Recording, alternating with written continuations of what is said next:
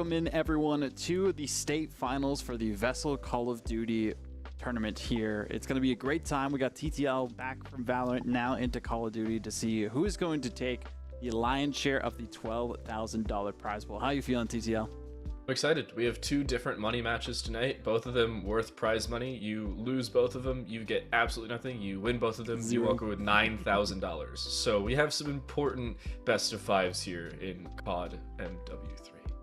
It's going to be a good time to see exactly which team is going to rise to the challenge and go from there for the victory themselves. But let's take a look at the schedule for today. We have an A stream, and this is the B stream here at Vesl GH. On the B stream, though, we are going to be starting with the first semifinal between Garinger A and West Charlotte High. And then we'll be doing the third place matchup. And talking about that matchup, well, let's take a look at the bracket to see which teams that either of these squads might win or face off against and how things have gone up to this point in time. You can see Garinger got some confident wins leading into this bracket. They had the toughest time, though, against Lucy Ragsdale in round 2. It was a 2-1 victory. The rest of it's been pretty much sweeps across the board, except that one series and West Charlotte's first series against South Mech. So some decent stories going into this matchup. Both these teams have faced some tough competition. West Charlotte and Garinger going into the state finals here today, TTL. Yeah, all the Mecklenburg schools looking really good throughout most of the qualifiers here between earlier on with Rocket League, Valorant last week, and now Call of Duty. South Mech and West Mech. West Mech unfortunately being beaten out by Wake Leadership for a final spot, but it was very close for both of them. And even West Charlotte taking on South Mech earlier, you said it, fairly close matchup there, just the same. I'm excited for this one. Our first semifinal. Winner of this will play the winner of Wake Leadership and Sun Valley. We have a nice little even split of the bracket. The top plays the top, bottom plays the bottom. Winners play each other, losers play each other, and every single game is worth some cash. How much cash? That's dependent on which match we cover. Well, we're going to be going to talk about the pricing here too for these teams. That $12,000 on the line. First place get $8,000. Third place at least $1,000. So you go home with something. Yeah. But if you lose that third place match, you go home with big fat nothing. So you want to make sure you at least win one of your matches today, and it's all best of fives across the way, which is going to be pretty intense. We already know our matchup here specifically between Garinger and West Charlotte on the B stream. It's going to start on Hardpoint, then S&D, then Control, back to Hardpoint, and then S&D to close things out. And we're starting on sub base, and this is my first time seeing sub base throughout these qualifiers specifically. A lot of times we would see high rise and sometimes even Skid Row and a mixture of Invasion in there as well. Karachi a couple times too, but sub base is a very interesting pick here for the first mode, and I think it's just because not many teams have played it. A lot of them really aren't a fan of it from what we've seen so far, so it's going to be a big change up based on what we're used to seeing from these two teams. I am excited for sub base. We have high rises maps 2 and 3, and as you said it, Invasion, and for maps 4 and 5, Hardpoint and Search and Destroy for the later two, so keep that in mind as things continue. But kicking things away, I have to say I'm excited, mainly for sub base because it's the first time we're seeing it on stream. I watched matches from earlier on this week, at least on the B stream, and I'm hoping that's the case here. Swing through Killa already being dropped down, and the opening seems to go the way of Garinger despite early 8-point loss.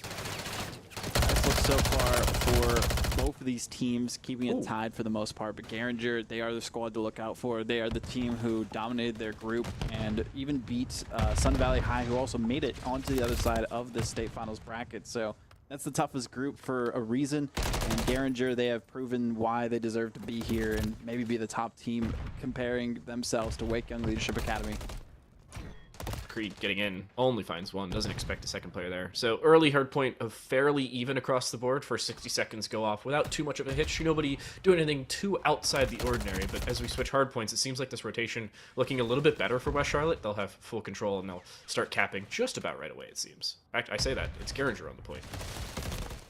One thing to note too is West Charlotte, they played against Wake Young Leadership Academy in their group. So both Group A and Group E are the only two teams from both those groups remaining in the state final, which is crazy to think about. But West Charlotte got destroyed by Wake Young Leadership Academy, so Garinger should have the upper hand in this matchup, and that's what we've been seeing so far with the rotations on these hard points. Rotation seems to go the way of Garinger again, but again, West Charlotte are coming back with a vengeance. Trophy systems being what they are make things a little bit more difficult to retake. How does Solar walk away with that kill? Pistol secondary ends up finding them a few frags, but it should be all even, and Garinger retaking don't seem to be giving West Charlotte all that much room to work with. It's a few kills going West Charlotte's way, but overall, nothing to write home about, not enough points to make it worth. Some good interactions between these two squads, entering in on the hills as best they can and battling it out. You can see the unfamiliarity with Garinger with this hard point from what we're used to witnessing from them skill-wise. So this is a big change from usual lead we expect to see at this point in time. But nonetheless, I'm liking the rotations. We're on to P3 on the submarine itself, and so many kills coming left and right, just leaving the hardpoint open. They're just making sure that nobody's going to get onto the hardpoint whatsoever. It seems like this time's just going to keep ticking away. I was looking at the map earlier, and the submarine itself, this hardpoint, seems to be the most difficult to take, not really to hold, because of the isolated ways you have to originally take. You can see the vision easily there for Solar. Nice trade from up above. Zanny finding that one, not to be confused with the Fortnite emote, but it's still a kill coming through. Personally, my favorite emote, but that's neither here nor there. And Garinger, they're taking the early control of each point, and they're okay with giving it up in the later stages to find earlier rotations, and that seems to be benefiting them in the long term. They're up 30-40 points already, but they've lost control for the first time as the point opens up. Good change of pace for West Charlotte. Early rotations, knowing the different hardpoint positions is always a benefit so that you can continue with what we're used to seeing, from these squads. Now in this P4 position in the building. A lot easier to defend because it's not as wide open as some of those other hard points that we've seen on sub base, but so many people getting shot in the back. Two players I want to highlight on Garinger so far, though, Creed and me. Ooh. Those are the two players that are popping off in every single game mode we saw during the group stage, and they're the ones to look out for here. But Baby Hippo, good at playing the objective typically, hasn't had any percentage on it, and Killa, with just a two-piece themselves, holding down this hard point spectacularly.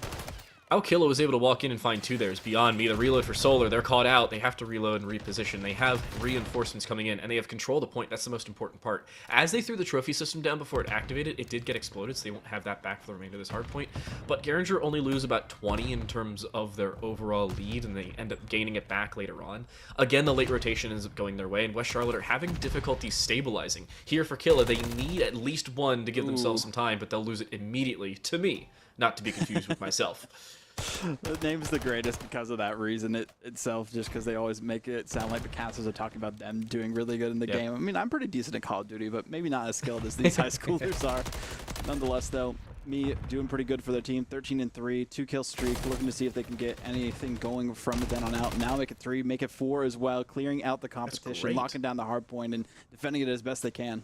And it seems like they've been doing perfectly fine, taking that position and then rotating down. They've ended up picking up 5 kills in a row, 3 that we've seen, and they've limited that top floor control just to take it back the other way. Spraying their teammate, that's not the right person to shoot at. They'll still, I was about to say win the fight. They end up losing at the end of the day, but still, their teammate's there for refrags, and they don't lose any point control after they end up recovering it early on. Garinger are in control, to say the very least.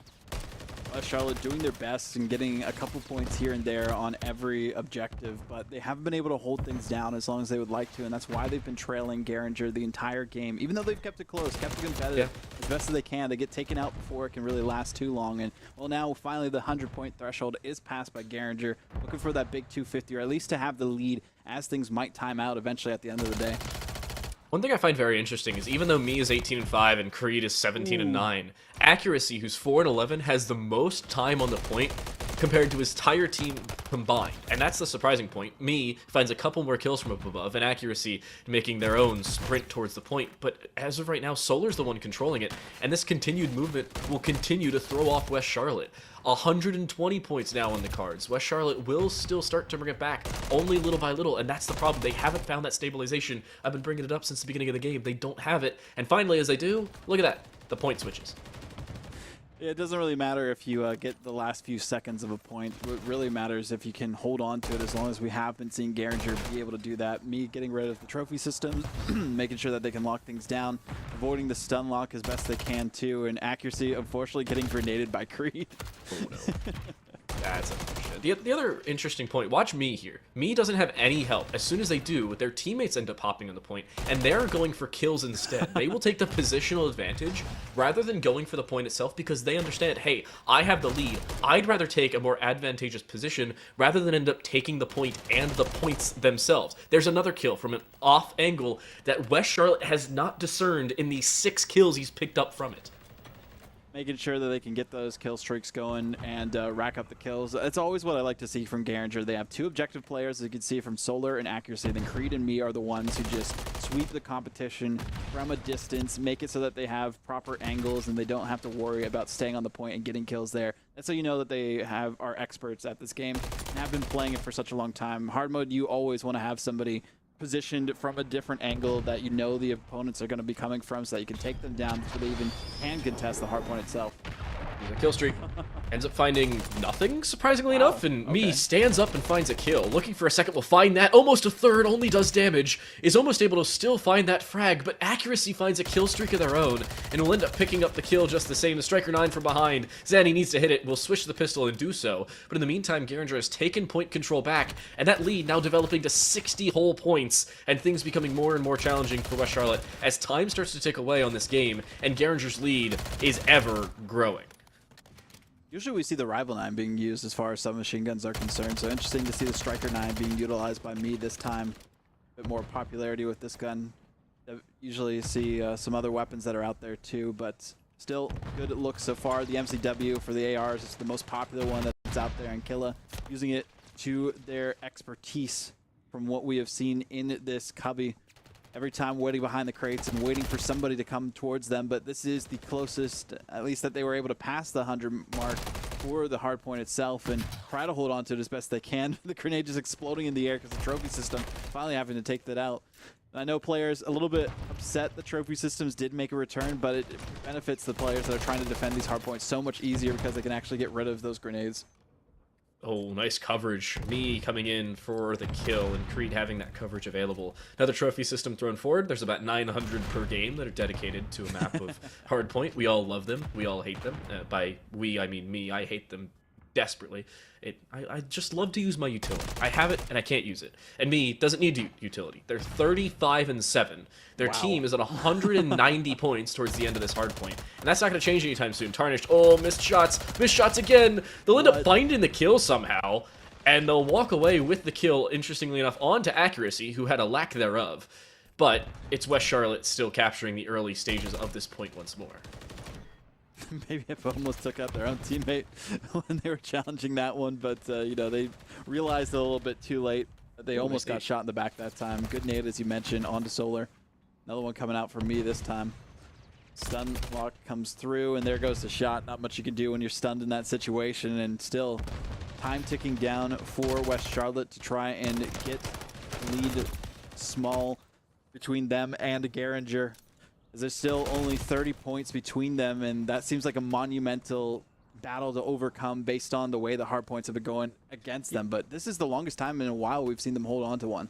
I think they've had the entirety of this hardpoint, if I've done my math correctly, Yeah, all but maybe 5-10 seconds or so. This is a much better showing. Me hasn't found a kill in about 20 seconds, and their KD now dwindling to only 3.5. I know, so terrible. However, Garinger's point lead now dropping to only about 20. And on the point, Solar finds the information, will turn their purview and end up finding the kill with some support on their team's side, but they have support from Me up above, and this high ground, as Obi-Wan Kenobi once said, is all that much more important, and Garinger taking full advantage of it. Beautiful looks between the Garinger sight lines as we see Me playing an Overwatch position over top of the hardpoint itself, but knows that they aren't going to be able to do that for too long. Some shots coming from across the way. Killa getting onto the point, and they're giving up so much room to West Charlotte when it comes to these initial takes onto these hard points. And I feel like Garinger, if it wasn't just Me focusing on kills so much, they might be able to play more objective style and close out this game already. But they've given time for West Charlotte to come back. Teammates are getting on the hard point, but again, they barely managed to get a few seconds onto it and to already start to rotate to the other position, as we do see Baby Hippo and the rest of the team of West Charlotte now spawning in. Yeah, but the issue is there's a little bit of a miscommunication there for West Charlotte. A couple players went for the next objective, the others actually went for the previous, and it ended up putting themselves out of position. And this is what's going to kill them. Accuracy walking in finds a freebie as it stands on towards Tarnish, and it's the point now gained for Garinger. 25 seconds is all that remains between Garinger and a first point victory. Remember, this is their map selection, so it would make sense to go their direction. But there's me, again, playing the off angle that, again, is not cleared. Where's the communication? No one knows where Mia is every time, even though they see the kill feed afterwards. They see the kill cam, or maybe skipping it, but Mia is just popping off 42 kills in the game, make it 43, locking down this hard point as best they can. Their teammates just holding it down. Accuracy and Solar in position for them. Just accuracy this time. One player is all that's needed to hold on to it, but I believe they'll be able to clutch out this hardpoint victory unless someone contests in the next few seconds. They are off the hardpoint and positioning for the next one. I do like that strategy, though, because they do have to make sure now they don't have time to clutch it up in this specific hardpoint because there's just one point that they were missing. 1 second was the difference. Me apparently didn't get the memo and was spinning thinking the game had ended, but that 1 second will end up closing out right now. Garinger, fairly dominant sub-base. First time we see it on this stream, and it wasn't very long. A little bit longer than maybe expected, as Garinger did not play the objective as much as one may have thought, but Hardpoint goes their way regardless, and they're up 1-0 in the best of 5. That is a lot better than I expected West Charlotte to perform in this specific instance, but I think a lot of it was because Garinger were just positioning themselves to get so many kills, 45 and 11 for me. It's just insane to think about. As you can see, the kills per hill, 3.46. Creed also really strong in that fashion for their team, and there was a lot of kills the other direction too, as we saw for the other side. So that was a nice hard point victory for the side of Garinger. Needed 2 more game wins, or game mode wins specifically, to make sure that they move into the money, into the grand final, not have to play a third place match. Guaranteed, what was it, like $3,000 or something like that. And they're going to be playing on High Rise, and Garinger love some High Rise. And I think all the teams love High Rise. It's a fan favorite from back in the day on MW2, and now it's here in MW3 again, and it's just a great map to play any game mode on, really. Even I love High Rise.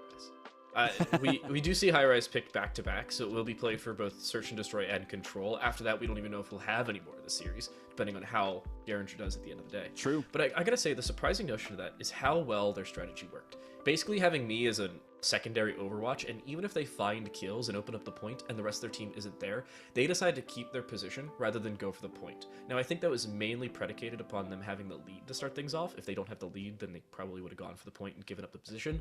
But the fact that they continue playing to their strengths while continually holding onto the lead off the back of it is my favorite part of their playstyle. It's unorthodox, but hey, it works. 2 thumbs up.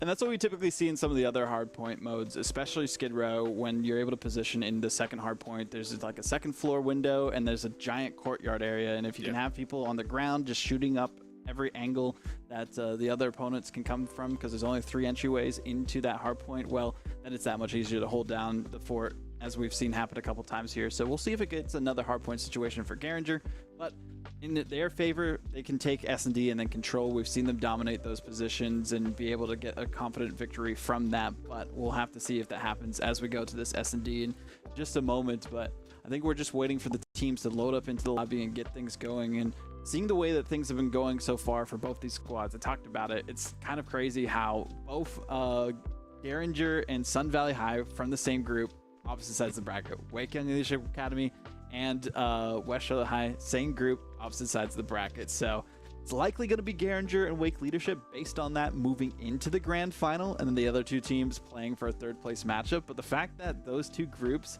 have made their way all the way the same to the state finals is crazy to think about. The other 2 things I wanted to bring up was the different in extremities between our semifinals and our third place games. As I said earlier, they're both money matches, but if you win here, you guarantee yourself a bare minimum of $3,000. Which is nice. If you lose here, you have a maximum of $1,000. So as of right now, this is minimum a $3,000 game or a $2,000 game, depending on if you win your third place game. If you have a benefit and you end up winning the grand finals, that you lose this, you have a max of 1,000. You win this, you have a max of 8,000. So the difference in how much cash you will be walking away with is a little bit of a change. The other thing I wanted to bring up is more game specific or map specific. The fact that Hardpoint goes the way of Garinger is kind of scary for me, only because Garinger also picked map 4, which is also Hardpoint. So the fact that they picked map 1, it was Hardpoint, and they won it, indicates that if they picked map 4, and it's Hardpoint, they'd have a better opportunity of winning it. Now, obviously, teams may be less comfortable on maps, teams may be more comfortable on maps, maybe West Charlotte hasn't played sub-base or hasn't scrimmed it a lot, but the fact that we're going into Invasion later... for that. Yeah, but the fact that we're going into Invasion later as Hardpoint, that's what concerns me for West Charlotte, because they've already lost Hardpoint once. Now, maybe it's entirely possible they pick up back-to-back games that they've picked themselves, and they're going up to match point next time we see Hardpoint, but there's no guarantees, and that's my concern. No guarantees in anything, and no guarantees here to see what West Charlotte can do. What's interesting, too, Lee County High B, the team that they took down to make it into the actual state finals, was the second-seeded team in that specific first leg of the bracket compared to Monroe High, who that they 2-0'd there. So West Charlotte really had a tougher first round and an easier second round to make it here, and I feel like maybe that put them in an odd spot as far as expectations go going into the state finals. But you got to expect to face the best teams that are out there. So there's been some really good competition leading into these top 4 teams that are competing in this tournament for those $12,000 prize pool. Now we got to see S&D, and really I'm going to be keeping my eyes on Creed and me to get the most kills. Back to lobby, did some decent work for Garinger before. Accuracy, did okay. But as I say that, somehow able to pull up just an easy shot through the blue corridor towards the A bomb site, and making it difficult for West Charlotte to really do anything, taking out one of the top fraggers. They'd being lined up. Does Back to Lobby have the lineup, though? Or are they a lineup player like we see in maybe some other tactical first-person shooters? It may not matter. Tarnish is in a 1 versus 4 here, and this should be bomb planted. No, it doesn't have to be. Garinger already taking first round. That was quick, by the way. And that's probably what we're going to expect to see throughout these rounds. If Zany goes down early, then there isn't really much that we've seen from the rest of the squad as far as S&D goes in the past. So curious to see how this will go. Back to lobby, you mentioned having the lineups from one side of the map to the other and making it difficult for the other team to really do anything. And every single player on Garinger getting a kill is a big difference from what we've seen some other teams where 1 or 2 players just lead. Some housekeeping things at the top of the screen. You can see best of 5s. You can see the ticks on the right and left. As of right now, the tick goes to West Charlotte because the side switched. It is controlled by the lobby, not controlled by us. Garinger won game 1. They are up 1-0. Do not listen to the lobby at the top of the screen. Production just gave us that little note, so wanted to make sure everybody else kept that in mind. And a clean, also team technical ace for Garinger back in that first round. Everybody found a kill, and me actually found their second before being traded out. So 3v3 as it stands, West Charlotte still have a leg in this race, but it still becomes difficult for them because Garinger plays so diverse across the map. Look at the map at the bottom left. Nobody's expecting any position from Creed, and he's playing so disconnected from the rest of the squad, it ends up working. Typically, you do see in Search and Destroy 2 players sticking to each other so that if one gets traded out, the other can clean up the kill and make it that much more even. But wow, Garinger just destroying the competition here from on top of the helipad, 2-0. They know how confident they are on high rise. They are telling the other teams like, hey, you shouldn't have picked this map because we know all the sightlines, we know all the spawns, we know all the rotations, and we are going to have all of our players firing on all cylinders. And that's what we've seen so far, especially back to lobby, 2 back-to-back final kills. Yeah, that defense scares me. They go flawless in the first round. They go nearly so, or at least looked even better, arguably, in round 2. Now, Garinger back onto the attack, and they have to play a little bit more aggressive, but at the same time, West Charlotte, you could say, whatever they were doing needs to change, because it seems just not going their way. Shots already sending Baby Hippo down to about half. They'll have to prone and wait for that to regenerate. But this is a problem for West Charlotte, and doesn't seem like they have an answer right away. Got some updates from the mainstream too. Wake Leadership took game 1, 250-100. They are the dominant roster out there to beat. Creed and Accuracy with a kill apiece too.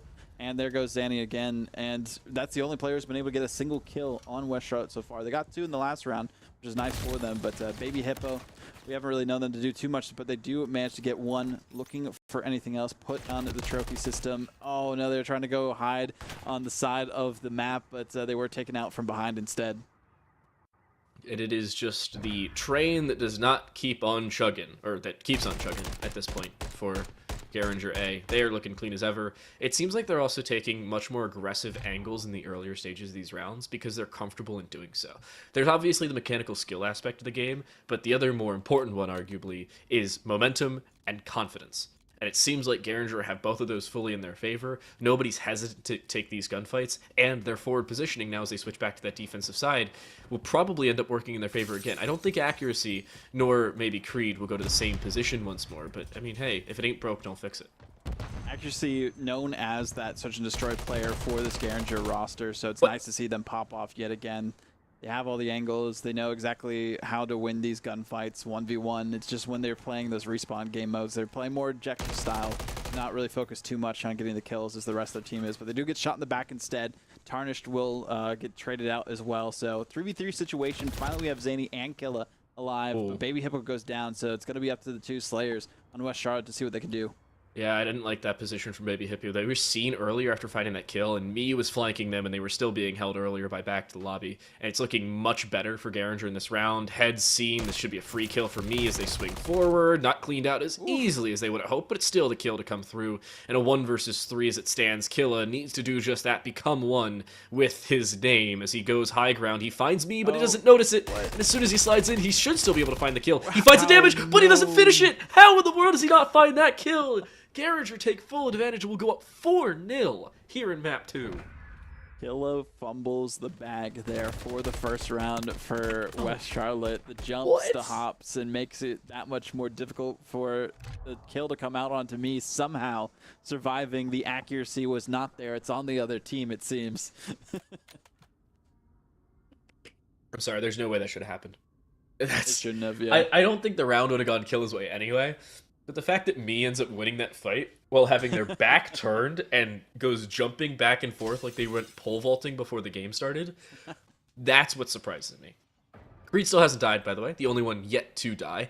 And unfortunately, both Tarnished and Killa have yet to find a kill, that curse not eluding them just yet. But Baby Hippo going on a flank once more. This one a lot louder than what we've seen before. This may get caught out. No, it's still the opening kill. And this one, it's Killa breaking that curse of a donut on the scoreboard.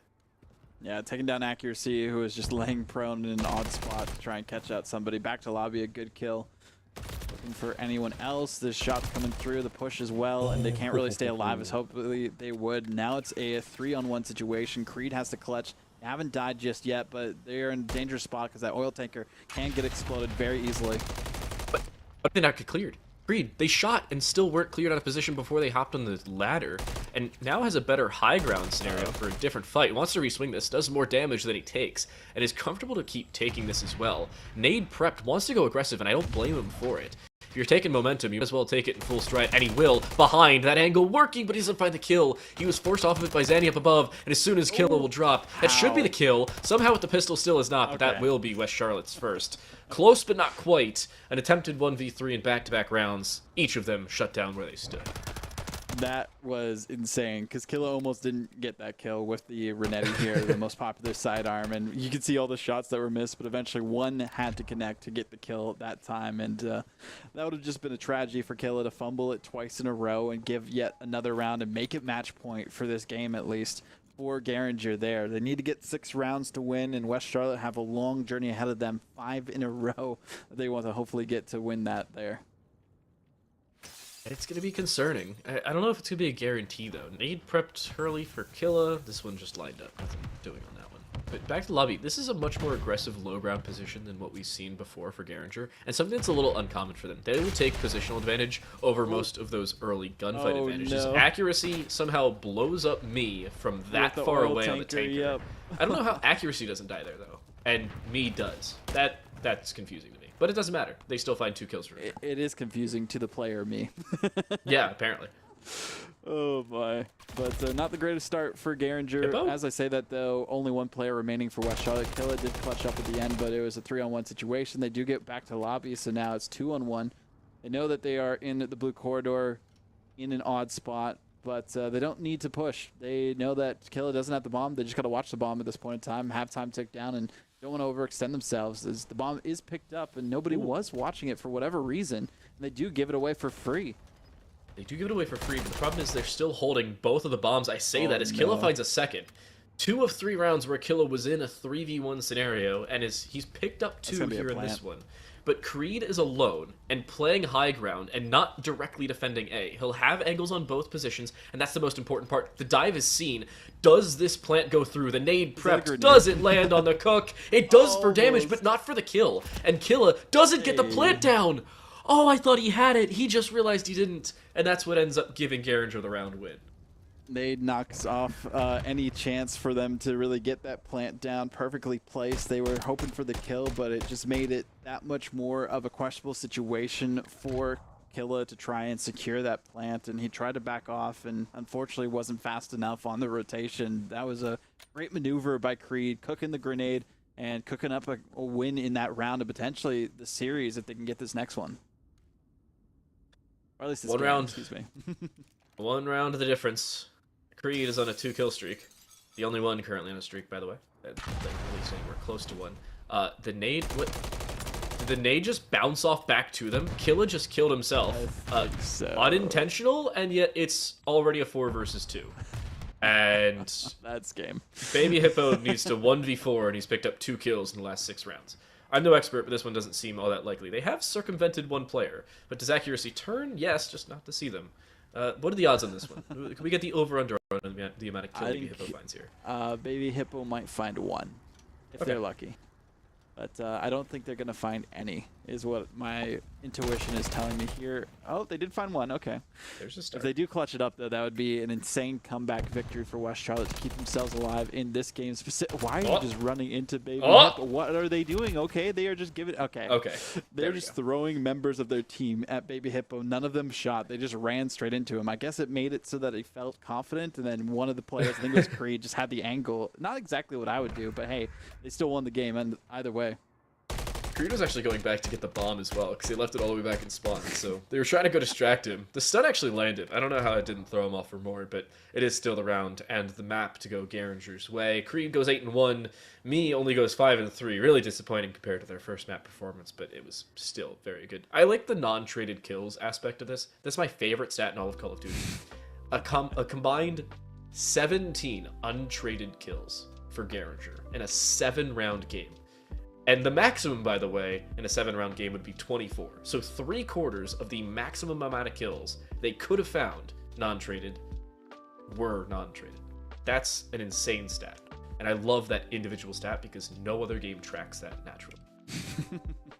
Crazy stats being put up for sure between these two teams. But now we are going to the situation we were talking about before TTL. This is going to go down to very likely a potential 3-0 if this control is won by the side of Garinger. Otherwise, we need a full reverse sweep by the team that is West Charlotte. They can do it. They kept it close in the other objective game mode for the most part until the end of it. And the big thing here is going to be positioning and who's going to be stepping up to the plate with those kills. We saw Zany do really well and kill it in the hardpoint. They're the ones to probably lean on getting the kills. But I'm so curious on how the capture points are going to go this time too, because it's kind of the exact same locations as the A and B bomb site on high rise. And with the way that things have gone before, I think last time we saw a high rise control, it went the distance all the way to 5 rounds. And eventually one team was able to just dominate it at the end to get the victory there. So curious what will happen between these two teams, but we're going to be taking a quick break as we get set up for this third map. Don't go anywhere.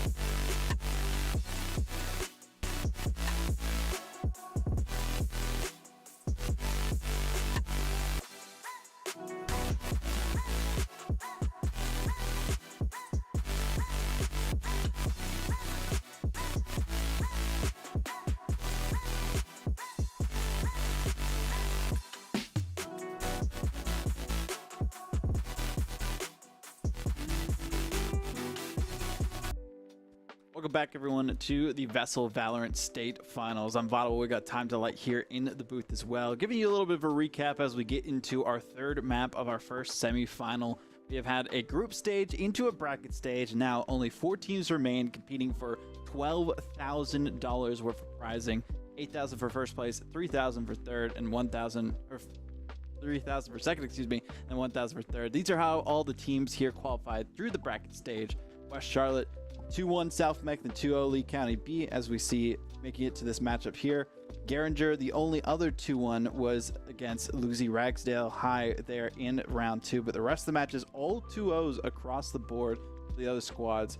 Wake Leadership and West Charlotte were in the same group where Wake Leadership dominated that bracket, and Garinger and Sun Valley were in the same group where Garinger won that group specifically and beat Sun Valley 2-1. So Garinger looking pretty good to potentially take this in a sweep against West Charlotte, but West Charlotte, they can reverse sweep here in this best of 5 to make it into at least $3,000 worth of prizing compared to the $1,000 they'll be competing for in that third place match.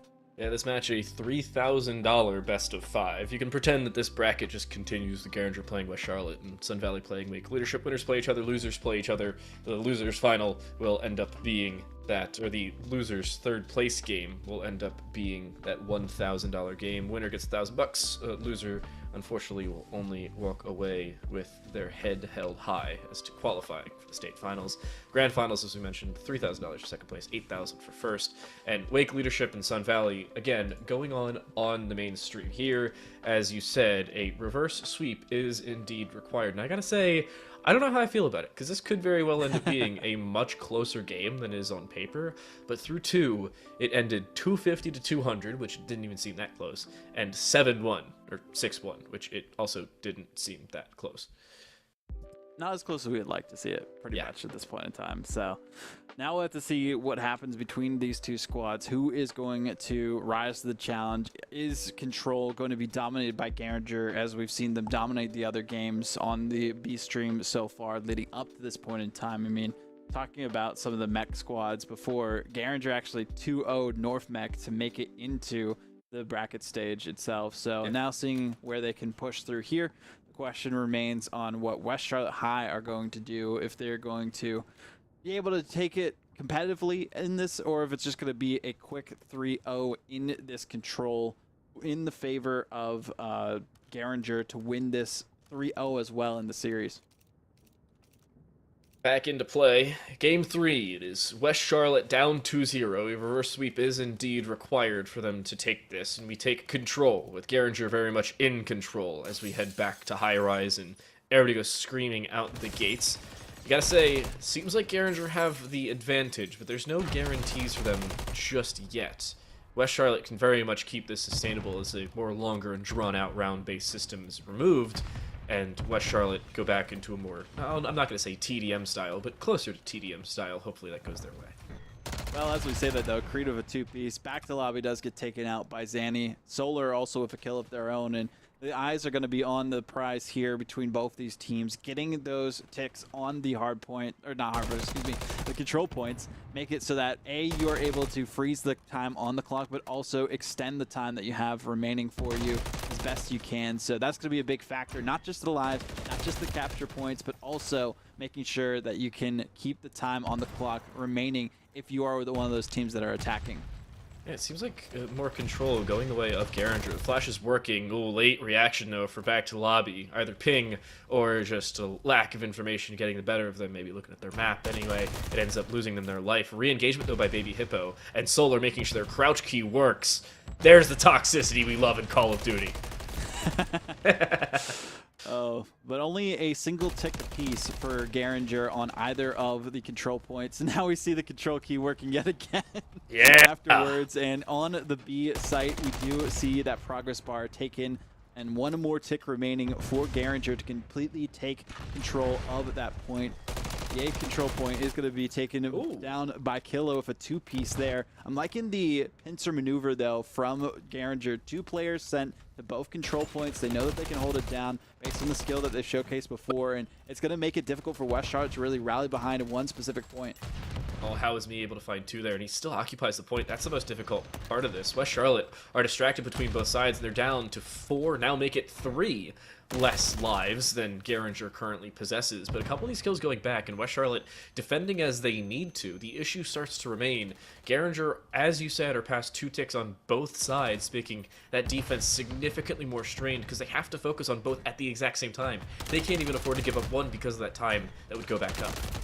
Sometimes it might be better to give up 1 just to give yourself some breathing room so you can focus on one of the capture points and make sure that you can save some of your lives so that you aren't giving up everything to the other team. But as I say that, both capture points again getting taken. This one first for B, getting secured for the side of Garinger and adding another minute to the clock. And that's what happens every time you're able to at least get one of those capture points. But Garinger eventually able to capture all zones, making it so that they get all 6 ticks. And that's going to benefit them too if we do potentially go to that 5th round, because whoever gets the most ticks gets the beneficial side at the end of it.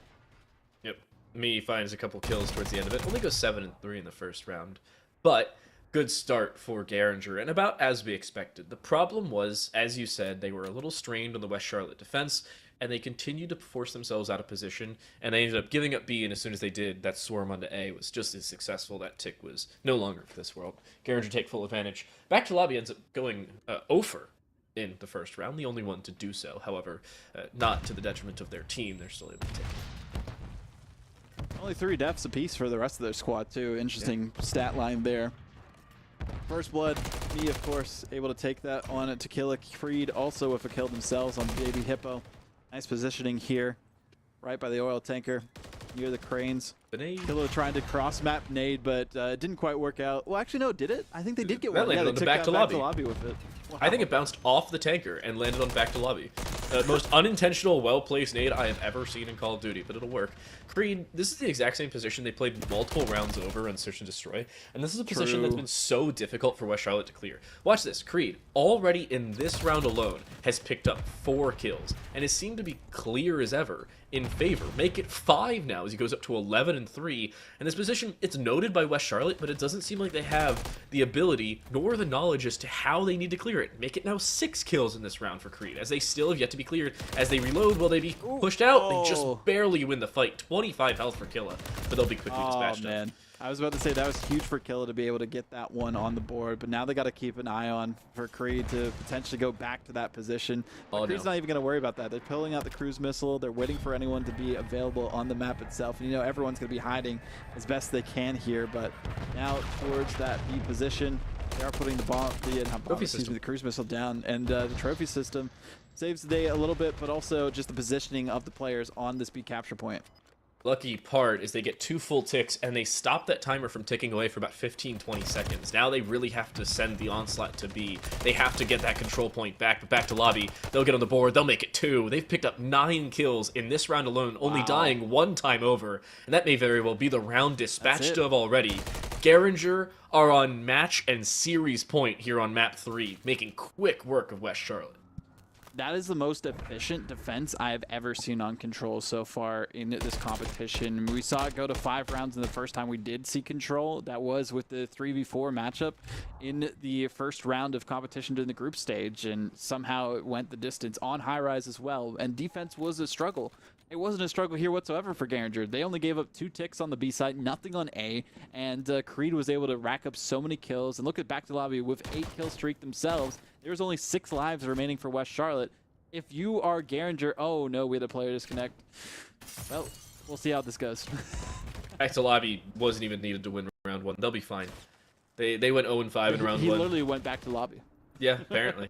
And Solar already found the opening kill, so those lives are now equaled. The benefit is, in a 3v4, the lives that you play with are still equal. So you can still die 29 times as your 3 players rather than as your 4. So you don't lose the live total. It doesn't get split into a quarter or something like that. That's at least the benefit for Garinger, but the problem is not having that 4th player makes your life a little bit more difficult. This is no longer a shoe-in round. Even having that extra player is helpful. I say that as me just casually lines up 2 and equalizes the live count once more. I wonder if they left early thinking the game was over. But I don't think that's the case. The rest of the team is playing on, so they must have had like a blue screen situation, the game crash or something of that sort. Yeah. So they'll try to get back in as quickly as they can. But we'll see if they are even needed. depending on how things go for these ticks. But as I was going to mention here too, kills going pretty even across the board, but a single tick taken by Garinger is the biggest difference. They are capturing both points at the same time, and not having 2 players per point is making it that much more difficult for Garinger to lock things down, and they need to capture a point quickly, or at least a tick. Otherwise, it will be a free round for West Charlotte. Me finally gets killed in the backline. I don't know how in the world they weren't dispatched of earlier than that, but now 9 seconds. Creed realizes there's a window in front of them and will shoot that down, but now they have to go. 4, 3. As the time ticks away, they have to get onto a point before that timer hits 0. They get the memo. Somebody gets on towards B and at least starts to contest it for the time being. 1 picked up by me. Almost a second. Runs out of ammo. Switches the pistol. Will still find the kill. Close, but not quite. And with 1 second remaining, they have a trophy system on B. They're currently taking it, and Solar has been seen, but they want to get aggressive. They're going for the kill. They'll find damage. They'll switch the pistol. They will get help, and they will find the kill. Someone was eventually going to kill that player, and they are getting 2 ticks now. They need a third so that they can buy a minute of time, but the contest comes out from the side of West Charlotte, and they just need to worry about these 2 players. One more player, I think it is Creed or me actually, positioning themselves to the other site themselves, and they are able to get that 1 minute, save their lives into this matchup. And the lives, speaking of, still heavily in the favor of Garinger. 10 left for West Charlotte and a whole minute to play with. I mean, this benefits Garinger, and they're not even going to need back to lobby. 55 seconds now remains. Again, they have to be on the point for that timer at the top of the screen to stop. As they continue capturing, they'll be in a better scenario. There's that missile. It actually ends up finding one, and a follow-up from Solar. Look at the live total. 40 seconds left is not enough for those 8 lives to stick around. That becomes the problem as this game starts to develop, if it hasn't already. Nade being prep killa, not safe by any means, but they do get help, and that kill coming through from distance ends up keeping them alive and keeping, honestly, their team in the game. 30 seconds left. 8 lives left for West Charlotte. Ticks trying to be taken for Garinger, but not really in a good position for it. Zany holding down that that control point, excuse me, as best they can.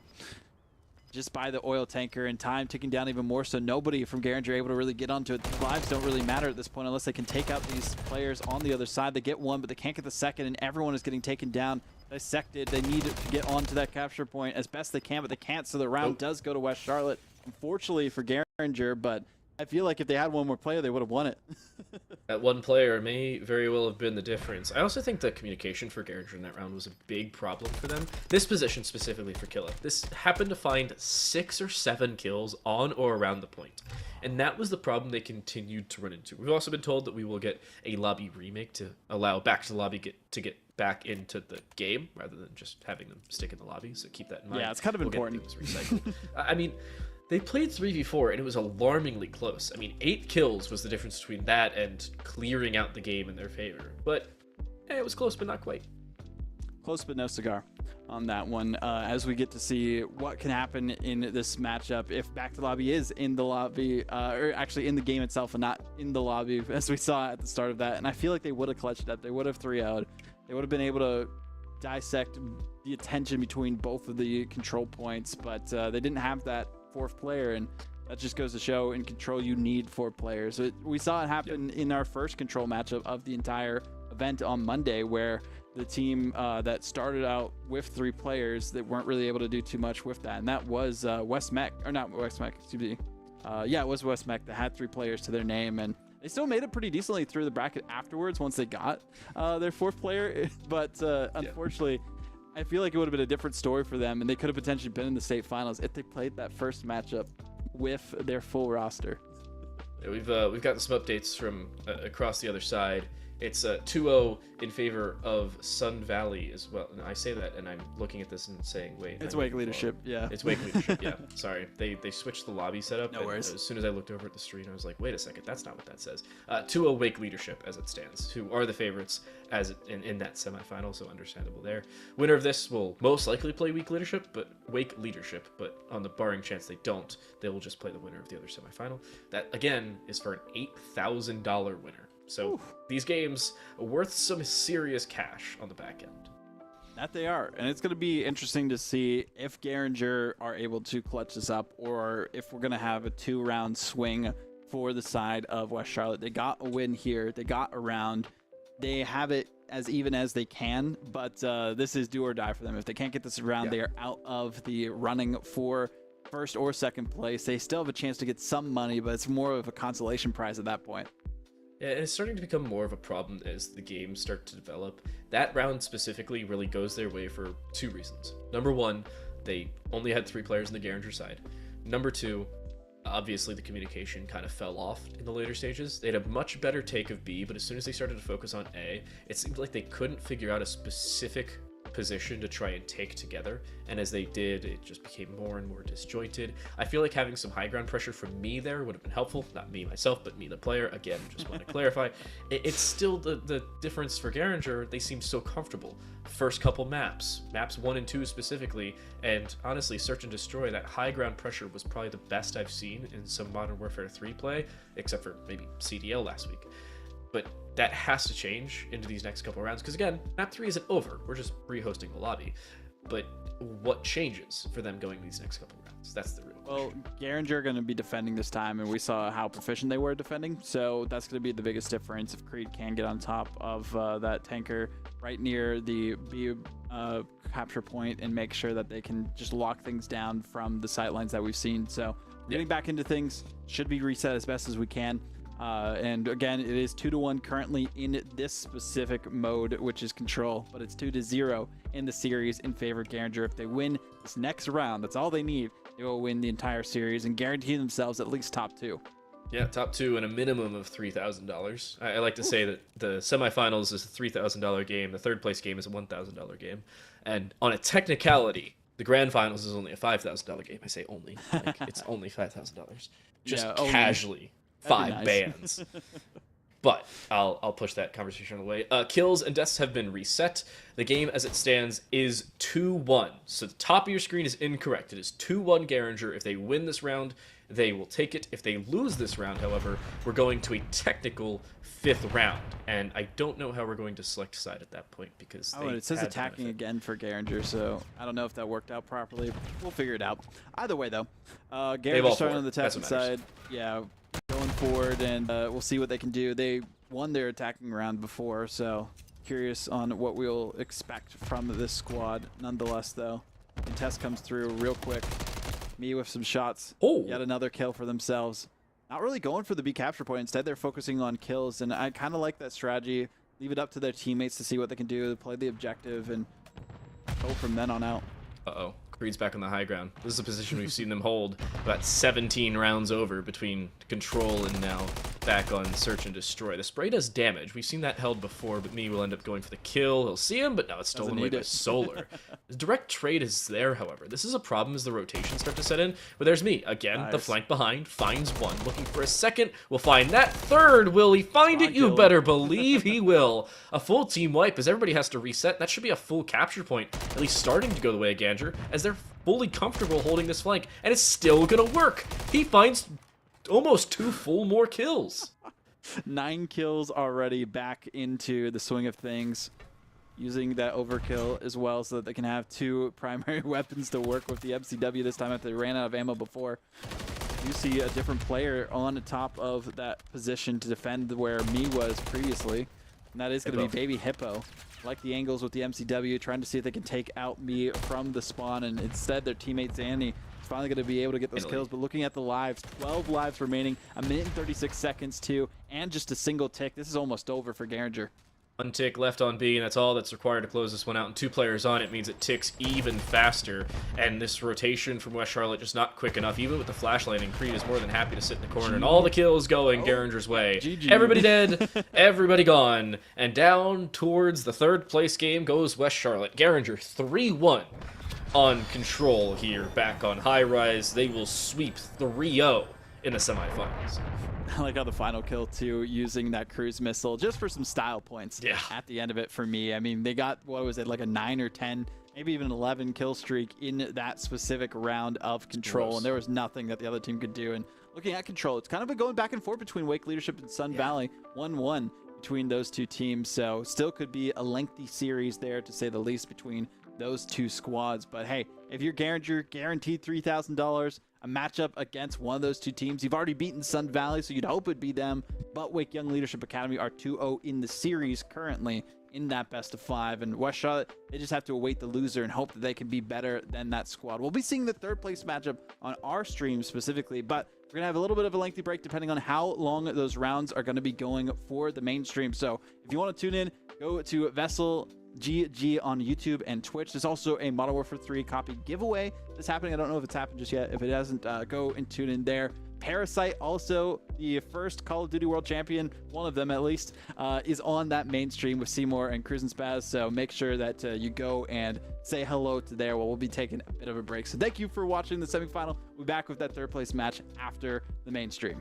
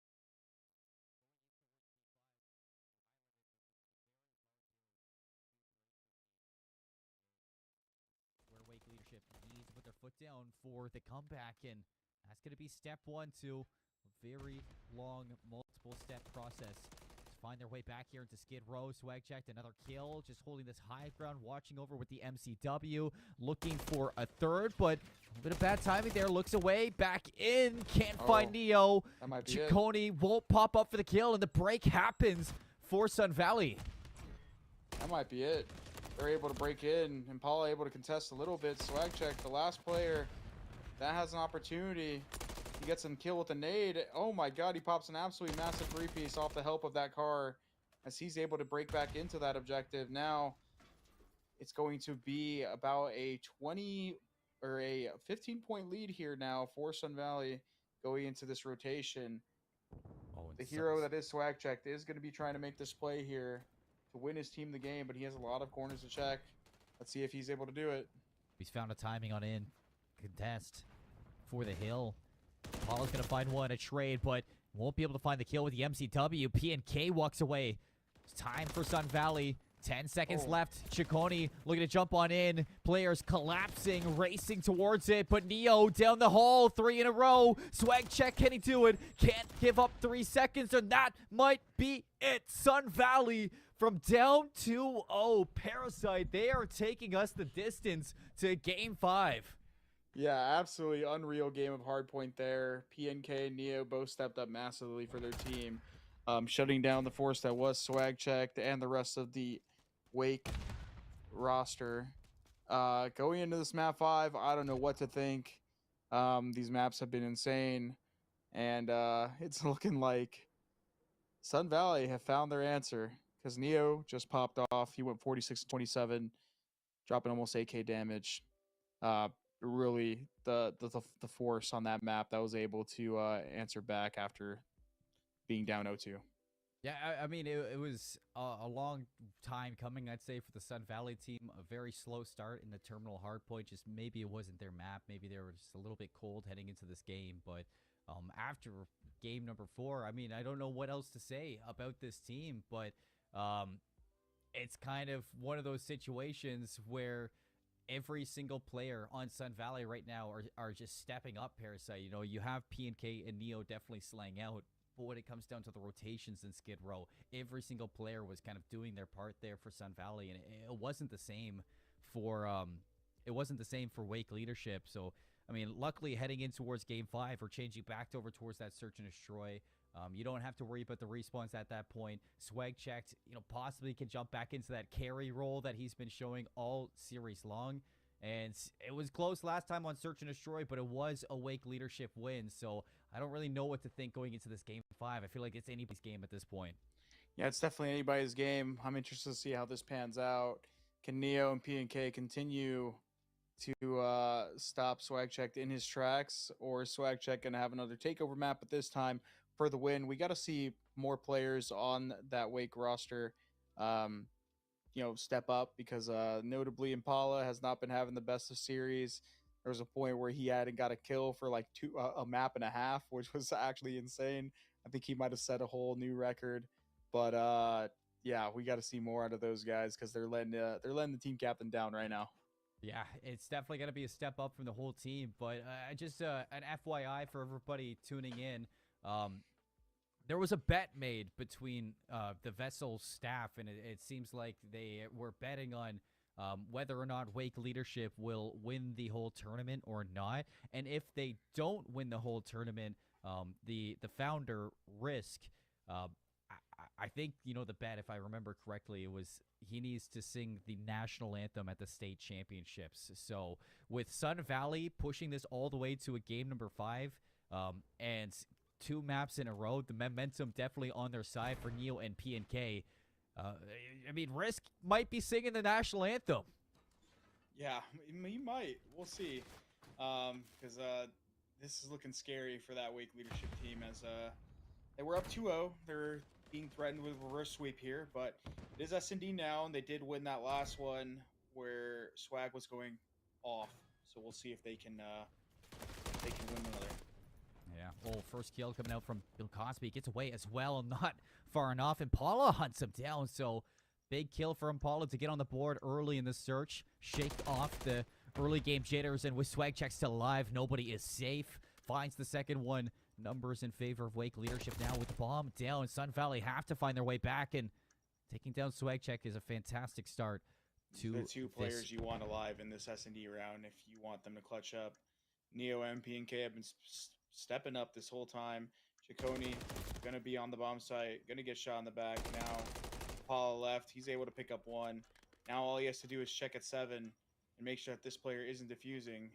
Oh, yeah. Is he gonna do it? Oh, he knows. Oh. Oh, Oh my god, he actually does it. Okay. That was looking scary for a second. I mean, Parasite back in game number 2, Impala had 0 kills, but that's the first 3 kills he gets is the 3 kills to win the game. A 1v2 clutch from Impala. Absolutely massive, man. It's good to show. It's good to see him stepping up and clutching that absolutely massive round for his team. As he's now 3-0 in the round, or in the map, as now Wake leadership going on to that defensive end. Let's see if Sun Valley have an answer. As the last S&D, I believe it was all offenses up until halfway through the map. What an angle from Swag Checked.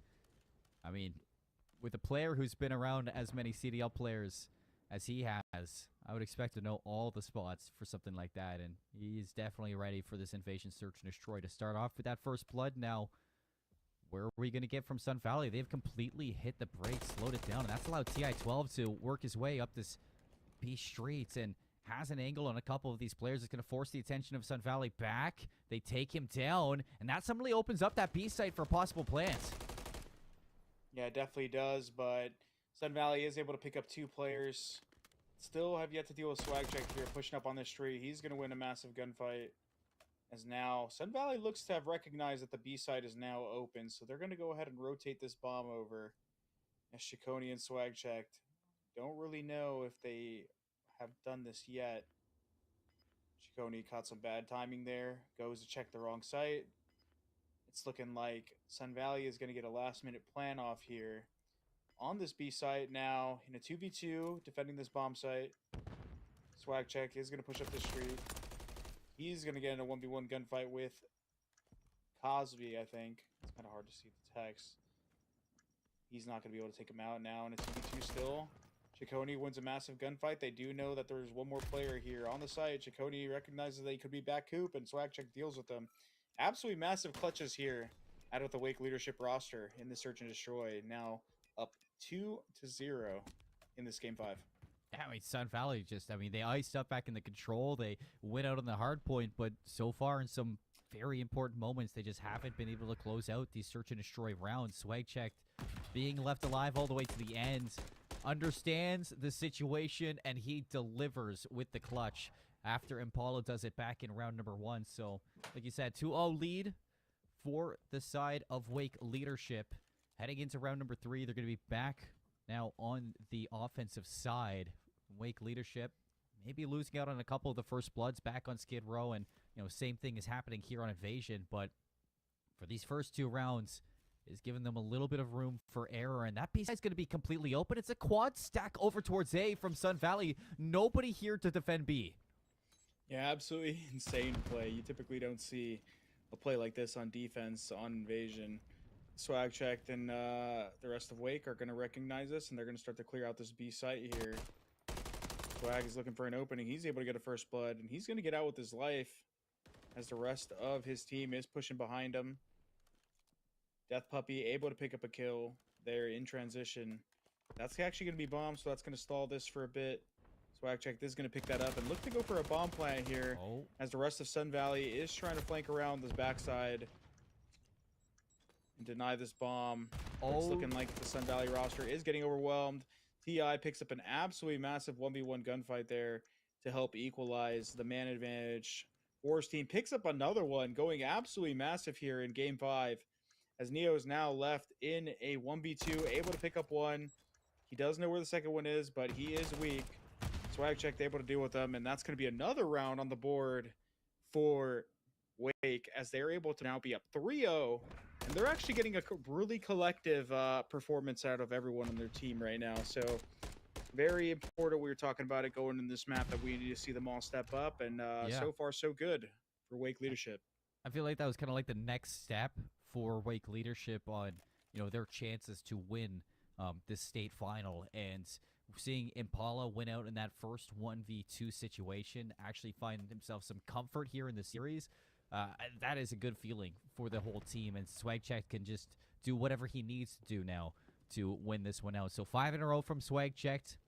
First blood in the last round gave them that chance, and this time overwhelmed. Neo and PNK both going to catch him out in the open, looking to be a hero towards A, but instead opens up for a possible plant. Fortunately enough for Wake leadership, the bomb is nowhere close to A, and they have the setup towards B to maybe stop this. Yeah, I mean, they are up 3-0, so they do have a little bit of room for error. There's still a doable round. Ciccone and Impala now in a 2v2. Impala is going to get sniffed out, so now Ciccone in a 1v2 to try to clutch this up. And she's gonna catch some bad timing here. Is he okay? I don't know what's going on here. Oh, he's just on They the see tank, each other. The shots are there. No kill just yet. Bomb going down at A, and Ciccone just gets away here. I don't mind this call to not take that fight towards tank. It's not an easy fight to take at all. So the full Raptor DVD with 36 seconds, both members in individual spots. So Ciccone has a chance to isolate both of them, but it's going to come down to some timing. Gets the first. It's down to a 1v1 Parasite. Yeah, if Ciccone can win this, this is probably going to be an absolute mental collapse here for the Sun Valley roster. Ciccone spots him, but not able to finish the kill. Almost had that one. That would have been an absolutely massive round for Wake, as that probably would have been the nail in the coffin in this series. But Neo, again, the superstar, one of the superstars for this Sun Valley roster, clutches up in the 1v1 to keep Sun Valley alive here. Now 3-1 down on this map number 5. It's a big round for Sun Valley. I mean, another 1v2 would have been crazy. Ciccone, right idea, right strategy, and even catches out that last player. Just, again, tough gunfights to take in the end there. So Sun Valley, now can they put together 2 to equalize here in the search and destroy? Losing out on that first blood. Neo trades it, goes for the second one, but that Swagcheck bouncing around the map.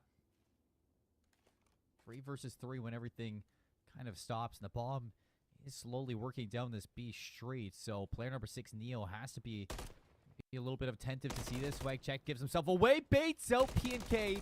There is a member behind them, but spots out Neo as well, and calls to the teammates to maybe collapse on this one, but nobody's going to be finishing that kill. Swagcheck now has to hunt down this member in their spawn. He will. 1 versus 2, Neo against the rest. Can Neo be the hero that Sun Valley needs? He's got the read. Swagcheck certainly has been the hero for Wake leadership, but now it's Neo's turn to try to step up here. Swag is going to put some bullets into him, but he's going to get cleaned up by Ciccone. Absolutely massive round there. Out of Wake leadership, now 4-1 up. This is not looking good for Sun Valley. They are fighting these rounds, getting quite a few kills, but unfortunately, in the end of the day, it's not going their way. And the dynamic duo between Swagcheck and Ciccone once again putting away the rounds 4-1. I mean, that was the right read for Neo to make. I just a little bit uncertain in their own mental that was the right call, and pushes out a little bit too early. If Neo stays put and Wake leadership actually do go to that B site, that could have been a Sun Valley round win. But heading into round number 6, Swagcheck again, posts up on the bridge. TI-12 down B street. Some nice shots for some early damage. Just no kill to go behind it, and it's going to lead to some map control here from Swagcheck to maybe fish for a kill. Somebody right around the corner. What a win there on Neo. That was a big win. He's kind of a bad spot, but still managed to bail himself out there and get one before he gets dealt with. Now, if you're going to see Sun Valley win around here, this is going to be the one, as they are able to deal with Swagcheck now. We got to see if Sun Valley can capitalize on this opportunity. Death Puppy's able to get one. Not really sure if I agree with the play out of Wake here. They are on the defensive end, so they do just have to wait out Sun Valley. However, they're opting to get aggressive here, and it doesn't look like it's going to pay off. Now Impala left in a 1v3. And I'm pretty sure they kind of know where he might be, so they are going to shift over to that A bomb, and it's pretty much as free as it can possibly get as they're going to get this bomb down. Yeah. Impala's going to get spotted too. So 44 seconds for Impala to do the impossible. Somehow has found some timing to get all the way down in a spot where maybe you could find some of these kills, but Impala is just playing the guessing game right now, and the hide and seek for Sun Valley is just... Nobody's being spotted yet. A lot of noise now from Impala. Gonna pop that dead silence. A little bit too late to this one. Oh, do it. No! Oh, if he hit that Ninja Diffuse Parasite, I see a world where it happens, but... Maybe. Didn't Big round pick up out the of Sun bomb. Valley, though. They were able to capitalize on their opportunity, dealing with the captain in swag checked. And Neo, which is kind of funny because those are both the best players on each respective team and being traded out in that round, seeing how that played out. But now we're going to have Wake leadership on the offensive end, up 4-2, game 5. Let's see what they opt to do on this offense, see if they can push this to a match point. Be a big step for Wake leadership. Back onto the offense. It seems like they're going to 4-hit out to A.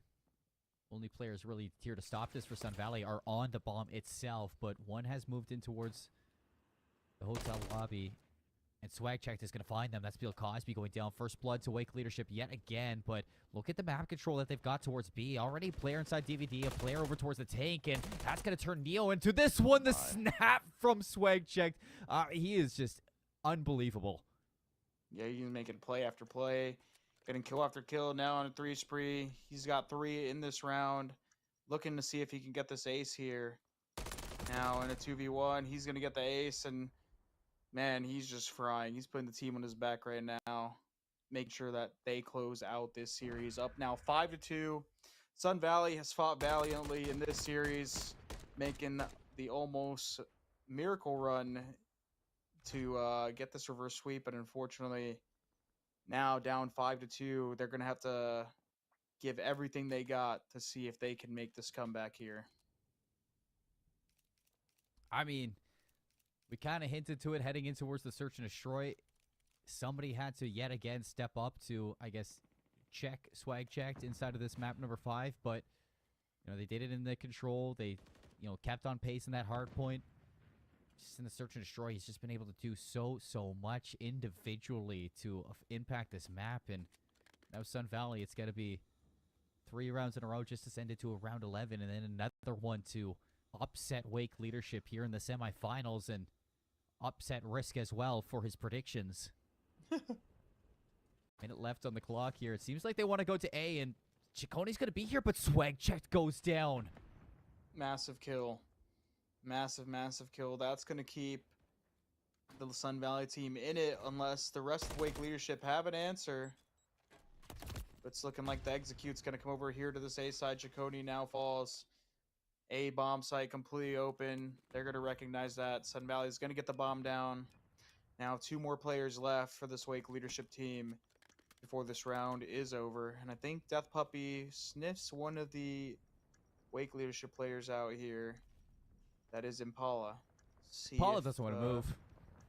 Yeah, I don't know what's going on here. He's going to have to make a play if he wants to try to win this round. He's got to kick it into overdrive, but it's just not possible. Now that Death Puppy knows, the rest of the team is here to help. It will be Sun Valley getting a 3rd round Parasite, so they keep this game alive in game 5 of the series. Impala's going to get a consolation kill at the end of it, so it's not going to be as flawless for Sun Valley as they were hoping into this one, but as soon as Swag Checked went down, I mean, you see how much pressure Wake leadership are unable to keep on this map, and Sun Valley do a great job at maintaining pressure of their own, especially considering that you have Death Puppy watching the B Street the whole time, nobody there to flank. Yeah, it's going to be a massive round. It's obviously going to keep them alive, but they were able to deal with Swag Checked early, so they are going to be able to capitalize that again and push this map further.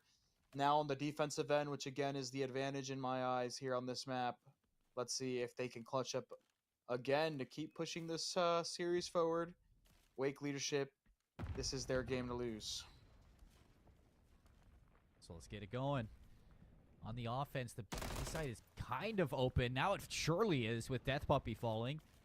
The plant is going to start being worked over towards B, and I think player number 6, Neo, has seen this. Impala may have just caught some horrible timing towards DVD. The flank coming out from Sun Valley. 2 members here. PNK out in the open, and Impala puts him down. The 5th kill for Impala here in Game 5, and that has put Wake leadership in a 4 versus 2. Now their chance to close the series.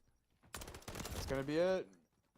Just as I say that, Bill Cosby absolutely turns on TI, but still left at a 1v3. He's going to have to do everything if he wants to clutch this, and it's not looking likely as they have eyes on him.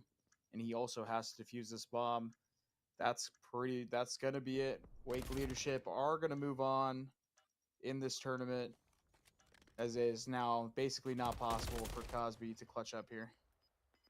Yeah, I mean, a lot of trials and a little bit of turbulence there for Wake leadership across this series, but into a game number 5, again, Swagcheck just finds his rhythm, and, you know, across some very big individual plays from the rest of the team across this whole map number 5, Wake leadership, they definitely earned their chance for that $8,000, that first place. And they will be joining Garinger A in our grand finals. So, you know, it's a valiant effort from Sun Valley as we take a look back at the leaderboard for a second, but just falling a little bit short towards the end there. I mean, Parasite, if they can take one thing away from this series, is they are the only team so far in the Vesl Call of Duty Esports League to take a map off of Wake leadership, and they did it twice.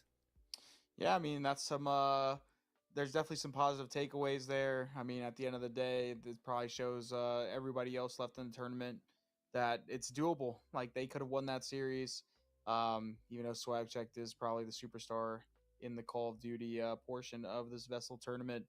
You know, he bleeds, so they could definitely take him out. We'll see if Garinger is able to do it.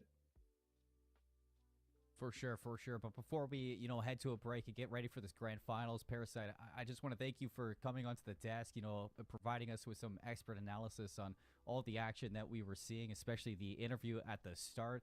Is there anything you want to kind of leave us with before you depart? I just want to say thank you to the Vesl team. Thank you to you, Seymour. Appreciate you know, welcoming me into the live stream, and to all you young guys out there that are looking to play competitive Call of Duty, good luck in your guys' future, and yeah, have some fun. It's been a wild ride, but I mean, if someone like me can make it out and become a world champion, you never know what you guys can do if you guys put your mind to it. So, good luck, good luck.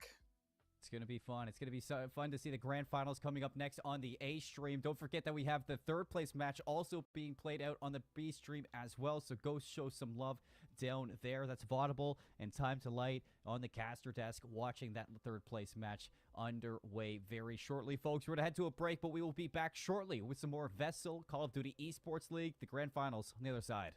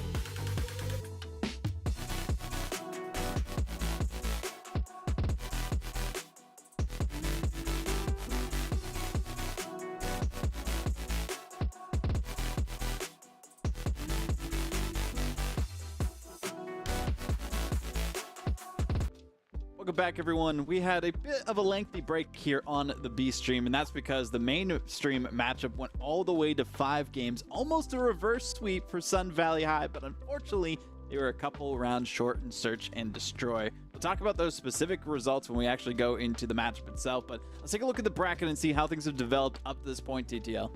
Yeah, this bracket probably one of the best we've seen in a little while. Unfortunately, not great for West Charlotte after our first match here on this stream. About an hour ago is when we left you, thinking, oh yeah, Wake leadership's up 2-0. They'll close things out on control. Quick dispatch of the other semifinal. We'll get things going within an hour and a half of the semifinal starting. So we were wrong. Sun Valley, you said it, almost full reverse sweep. I watched the last match there. I cannot believe that it still ended 6-3 and looked like it could have ended 12-11, and it would have been a reasonable close. I wish there was OT in Search. I did too. But there's I really not. do. And it wouldn't have mattered anyway. Sun Valley unfortunately lost by 3 whole rounds. Join us now in the third place game. Grand Finals is Wake Leadership versus Garinger A, twitch.tv/VESLGG, and you can go to YouTube and click on the main stream there if you're already on YouTube. If not, and you're on twitch.tv/VESLGH or already on our B stream YouTube feed, we've got Sun Valley and West Charlotte. This is a $1,000 match, best of 5, first to 3. Winner gets $1,000, loser gets 4th place, and nothing. I hope we go to Game 5, because looking at Game 5, S&D on Terminal. We haven't had Terminal at all here on the B stream, and as I say that, I think it is on the A stream for their first match, so that'll be interesting to see if that is the case. They're getting things set up for that Wake Leadership Garinger. $8,000 for first place. You mentioned it as like a $5,000 matchup between those two teams, guaranteed at least $3K. This time, though, looking at the prizing, only $1,000. If you lose, you go home with nothing. No third place medal. Well, there's no medals, but no money whatsoever or glory to write home about. Instead, you would have been close, but not close enough. And well, for the side of what was it, Sun Valley, if they go down here, they would have been 3 rounds away from making it into $3,000, and instead, if they lose this series, they would get nothing after all of that issue. So crazy to see how that is the case, but nonetheless, we got to see what this Sun Valley team can do here as well to move forward through this matchup and continue things as best they can. Let me turn the light on so that you all can see my face. There we go. A little bit Very better. smooth. Very smooth. I gotta say, looking at Sun Valley, on paper, I think we can say they are the favorites coming into the third place game. They looked significantly better in their third place match. They took on arguably the tournament favorites and brought them all the way to 5 games, and a very contentious 5 games at that. The first 2 games were nothing to scoff at. Games 3 and 4, I have no idea how they won them. You could have looked at both of them and said, hey, no, they're done. It's close. over. It would have been 3-0, 3-1. But honestly, one of the best of 5 series I've seen in the high school or collegiate scene, much less here in a high school league that some of these games have been the most distant thing ever. Others have been ever so close. I still remember our Valorant matches from last week that were about as exhilarating as ever, especially through our playoffs. But I'm excited mainly for this one because it's Sun Valley who, on paper, should be the clear favorites. But at the same time, West Charlotte were very close in those 3 games we saw, minus maybe the Search and Destroy game, but that could be a conversation for later. If this goes to 5, I do think it is a Sun Valley game, but anything before that, I think this is a toss-up. It really is, and I think Hardpoint's going to be the biggest question for both these teams. Hardpoint didn't really go well for either of them. Yeah. We saw the way that the Hardpoint got kind of close towards the end of it, but it took so much time for the rotations to really be figured out by the side of, West Charlotte here. But Sun Valley doing the best that they can to pick themselves up after that unfortunate loss that they had before. So we'll see what they can do from then on out. Starting things off on P1 for Skid Row here in the center of the action. This is usually where I've talked about with Susano in the previous matches that if you can hold on to this first hard point, you're just going to get such a monumental lead throughout the rest of the competition, because it's really easy depending on which room you have locked down and the sight lines for the entry into this hard point. I like this extension early on from Sun Valley. How in the world do you find 1 there? Neo finds 2? Talk about Neo, the player, much less Neo, the character from The Matrix, circumventing 2 separate certain deaths and ending up walking away with those 2 kills at that. No business surviving there. We do see finally a contest as the Dolphin dive in almost ends up finding a follow-up kill, but it's still Sun Valley, almost a flawless first point here and looking clean as ever, as just finally they'll start to lose that. Some good kills coming out from West Charlotte so far. Another one for Zanny. Also liking the colors between these two. Makes it a lot easier to identify who's killing who, so thank you, production, on that one. But we're mainly just been following the actual high school colors themselves. So Sun Valley, of course, with the yellow, the red for West Charlotte here.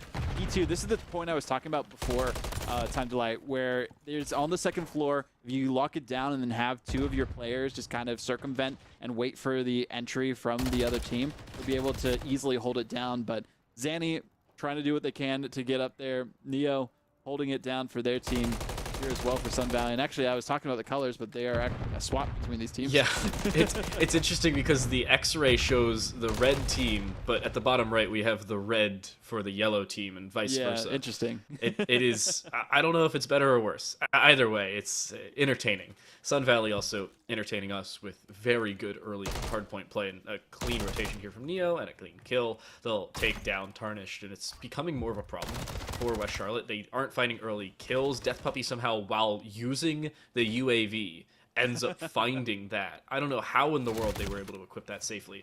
And I don't know how Pink stays alive there. What? That was insane. Your boy able to get 2 kills in a row, make it difficult for the other team to really do anything, and Sun Valley running away with things so far after that first hard point. I mean, we saw a little bit from West Charlotte in P2, but since then on out, we haven't really seen much. The alleyway hardpoint seems to be a difficult task for a lot of teams to try and capture, especially once it's locked down. Usually you're trying to use your utility, the grenades, the stuns, to take out the other team, but whenever they have trophy systems on that site, it's so difficult to intercept and push into it. And we do see the defending happening here. Finally, someone getting onto it, but 10 seconds left, not really going to help out too much. And Neo with a great kill there. I don't know how you survived there. He was like, oh yeah, switch the pistol. Wait, that's out of ammo. Let me go back to the primary and just prone, hope it works. West Charlotte finally reaching about that 30-point mark. The problem is we're now 4 hard points in. They've collected all of maybe 1/5 at that, but it's not looking all that great. Now a 5-kill streak for Neo, close to that missile, and that's going to be a problem. Should kill streaks become a factor, much less the regular kills themselves. Melee, you need 2 of them, he only finds 1, and that killing spree shut down just for Death Puppy to find 1 of their own. They're up to 5 kills just the same. Ooh, I was going to say that was nice from Baby Hippo, but they couldn't really do much afterwards. None of their teammates were in position on P4 and trying their best in the barbershop to make sure that they can hold things down. But the grenade just lingering right in front of the door takes out Neo that time and secures even more time on this point for West Charlotte. But looking at the difference between the point totals, 100-point difference between Sun Valley and West Charlotte. This is kind of what we expected from Garinger in that last series, but now we're seeing it from Sun Valley, who are hungry for some money. Sun Valley losing 250 to 100 in first map of the last series. Not the greatest of hardpoint. Ended up coming back with a 250 to 221 victory in Game 4 to send it to Game 5. But here it's just looking like more of a problem than a solution for West Charlotte, as they couldn't pick up the hardpoint to save their life, even though it was a fairly close affair back in their semifinal matchup. Both Pink and Neo finding headshots. A follow-up 2 for Neo. And West Charlotte having more dead players than living players on a consistent basis. No way to capture the hardpoint in that fashion. All players negative KD is a big thing to note too, but on the other side as well, Death Puppy has not died at all this entire time. What? And they might potentially win without a player dying. I have not seen that happen in Hardpoint ever. I haven't either, and Death Puppy only has 6 kills. That's honestly the best part. Neo has had multiple 5-kill streaks, and Death Puppy has 6 kills total without dying. The fact that Neo's just getting aggressive. Death Puppy has 5 seconds on the hardpoint. They are either the most passive player in the history of hardpoint, or just nobody is giving them gunfights any day of the week. And here's Neo taking yet another gunfight. Couple headshots, but no kill, unfortunately, nothing. It doesn't really matter, because Sun Valley's on almost 200 points as the hardpoints start to reset. Finally, we do go back to P1. We do have a chance for West Charlotte to try and do something, but it's not going to last too long whatsoever. I knew I was going to curse them. Finally down. Honestly, it doesn't matter though. Pink is 20-7, Neo's 21-8. They were both 20-7 for about 2.5 seconds. It doesn't really matter. Now they're both 21-8 for about another half second or so, and Neo gets killed from behind. Multiple refrags going Sun Valley's way.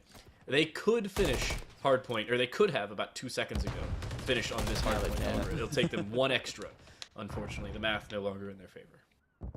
Unfortunate for them, but they are going to take that time that is necessary and also send 2 of their members to P2, which is exactly what you want to do. Killa trying to position early as well, but Pink's going to take them out, or not Pink, excuse me, Neo, patiently waiting in the tunnel, seeing if anyone's coming from that area, but all the rotations instead coming from where P3 typically is in the alleyway.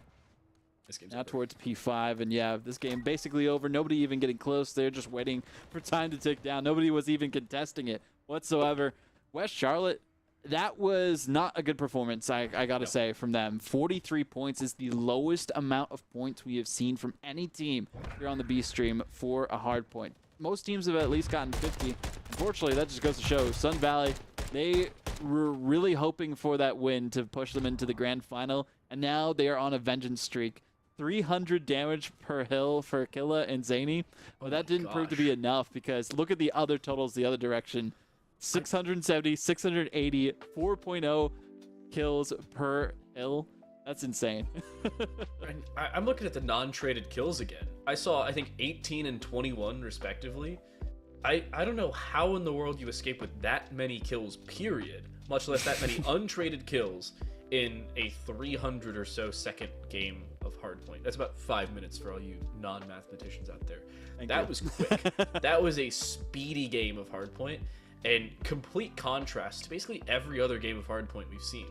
We've seen a 250 to 100, which was fairly close and contested throughout. We saw our game first on this stream, about 250 to 200, give or take, in a much longer game considering it was not a direct on-point presence played by Garinger. And yet here, it was just a W key from Sunset the entire game, and then it wasn't a game anymore. Well, is what it is. We do have an update from the A stream, but I'm not going to say it yet because there is a bit of delay on the stream, so we'll keep you posted and keep you on your toes for that one. We're good. We can tell them. So we can tell them. Yeah, Sweet. we can. Okay. Yeah.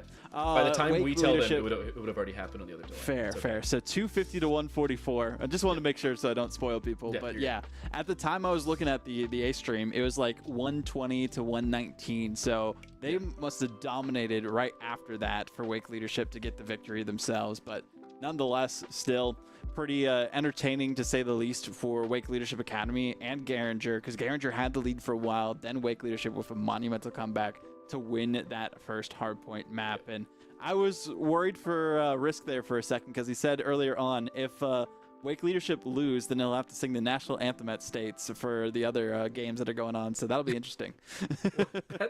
Is this like a weird fantasy football punishment? I guess so. I know we were talking about fantasy football earlier.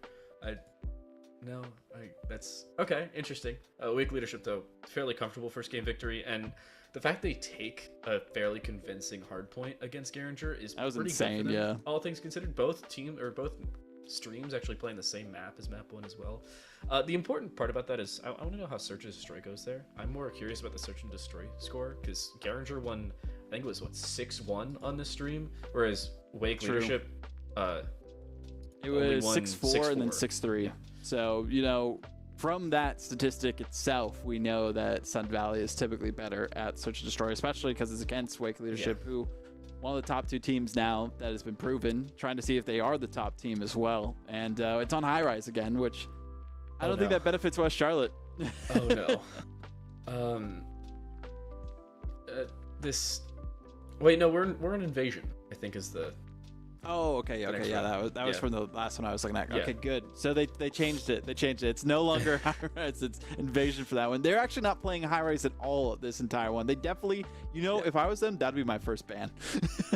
I cannot blame you on that one. I love High Rise. I just hate how the rotations can go against a team as soon as it starts to snowball, especially on like Control or even Hardpoint. If you play Hardpoint on Skyrise, it just becomes so much more difficult to get those rotations in check once you lose the first couple points, or once you start losing more and more gunfights. I don't think it's as bad for Search and Destroy, because there's not many like long-term rotations. You can just hold them down for a single fight, but I don't know. It's the real 6 1/2 dozen the other between a couple of game modes, and my concern going into this game, especially considering it is Invasion, is how does this go for West Charlotte? I will remind everybody, West Charlotte, back in our previous series, did not choose Invasion on 2 separate occasions for it to be maps 4 and 5, and then they ended up Or sorry, yeah, they did. Okay, so they did not choose Invasion for maps 4 and 5, and we didn't have to play those, so it didn't seem like they were all too confident when it came to their own map selections. This is the second in their like choice selection, I suppose. Whoa. They chose High Rise. I don't know. Somebody cranked their DPI. 2 people cranked their DPI. Thank you, observers, for saving our vision. Oh gosh. Well, it's why side swapped. Excuse me. A little bit of a tongue twister there for a second, but shout out to production. They did make it so that that one game is credited to Sun Valley. Your boy has the bomb. Curious on if they're going to need to play objective too much, or if West Charlotte are also going to be taking a backseat here in the search and destroy. And so far, Pink with 2 back-to-back kills. Is it Pink or is it Punk? I don't know. I feel like I'm it could guessing be Punk. either one. I'm gonna go with Punk. I'm sorry for Yeah. calling them Pink, but I don't know. That was just like the first word that came to mind. Baby Hippo 1 versus 4. They will not let the plant go down. They will shut down and find that kill beforehand, and then Punk knows exactly where they are. Yeah, that was quick. Okay, I don't know what they were thinking. Hey, let me find a first kill and just not move. The process of elimination is not that difficult. No, but Punk has a pink gun, so it could be Pink. I'm gonna flip a coin. No, I'm not. I do think it's Punk. However, Yeah. it'd be kind of funny if Punk has a pink gun and their name is Pink. That is very true. Nonetheless, though, Sun Valley looking for anything that they can to secure a quick victory against West Charlotte, not have to play too much longer after the painstaking loss that they faced against Wake Leadership Academy in that first semifinal. West Charlotte, they got to kill a piece, so they've been doing okay. But we need more where that came from. Trades galore between these two teams. Killa and Zany talked about last time. Those are the ones to look out for this squad, but they weren't really able to do too much as Punk putting some shots on it, and somehow a player was able to escape. How does he not see him on the right side of his screen? That was like a 4-3 Counter-Strike moment. He'll swing in. He'll actually find the kill. There we go. 5 kill streak for Punk. He's picked up 5 of the 6 kills for his team, and is now in that 1v2. And the bomb is dropped. I think that's the most important part about this. And Punk has continued to reposition. This is how you take advantage of that lack of information over a longer period of time. Insane. Tarnished is in a 1 versus 1, and Punk has gone to the other side of the map and has slide canceled more times than he has keybinds. He'll also go for the first kill streak of the game. It'll find a 1v3 for Sun Valley. How in the world does Punk get out, use it, and find the kill? What a round. That has got to hurt for that other player, and I think Punk got like technically the ace there too, so able to take out every single player on the other side, and also get a couple in that, or get all but one actually in the first round. Punk is the S&D god here, ready to impress us and do their bidding throughout this series. And now seeing them on Invasion, still with that 7-0 kill streak. Only your boy, the other player who's gotten a kill for their squad. West Charlotte, I mean, they did some great work. They just didn't realize that they were facing off against Punk. Yeah, that's a nasty angle for Neo as well. Punk getting fairly aggressive here. They are on the attacking side. That's an amazing angle. Neo does find damage, but still isn't able to find a kill. And with regenerative health, that damage early doesn't mean a whole lot, but it will force a little bit more focus on this side of the map. It's going to work. Neo's the bait there. This is a perfect setup. If they use this correctly, they could just send it to B, but they don't. They drop the bomb in the open, and they give up full B control. Zanny finds a double, and now it's your boy in a 1 versus 4. I don't think this is going to happen for them. Putting the shots on, getting shot themselves, and the flank comes out too. Switches to the Renetti. They're just playing cat and mouse at this point in time through the supermarket. Instead, nobody's really going to be in a good position to challenge West Charlotte. They know that they don't need to overextend themselves. I mean, that's all they needed. Wait for them to come towards them, and they will take them down. Not dropping a single player in their first round win is a huge boon. That was much better from West Charlotte, and a nice little stabilizing round as well. More important considering what happened in the previous, giving up the 1v3, giving away the Hellfire missile, and really allowing that round to go through. And now at least something better to move forward. And they'll go back onto that attacking side. Something has to solidify here for their attack.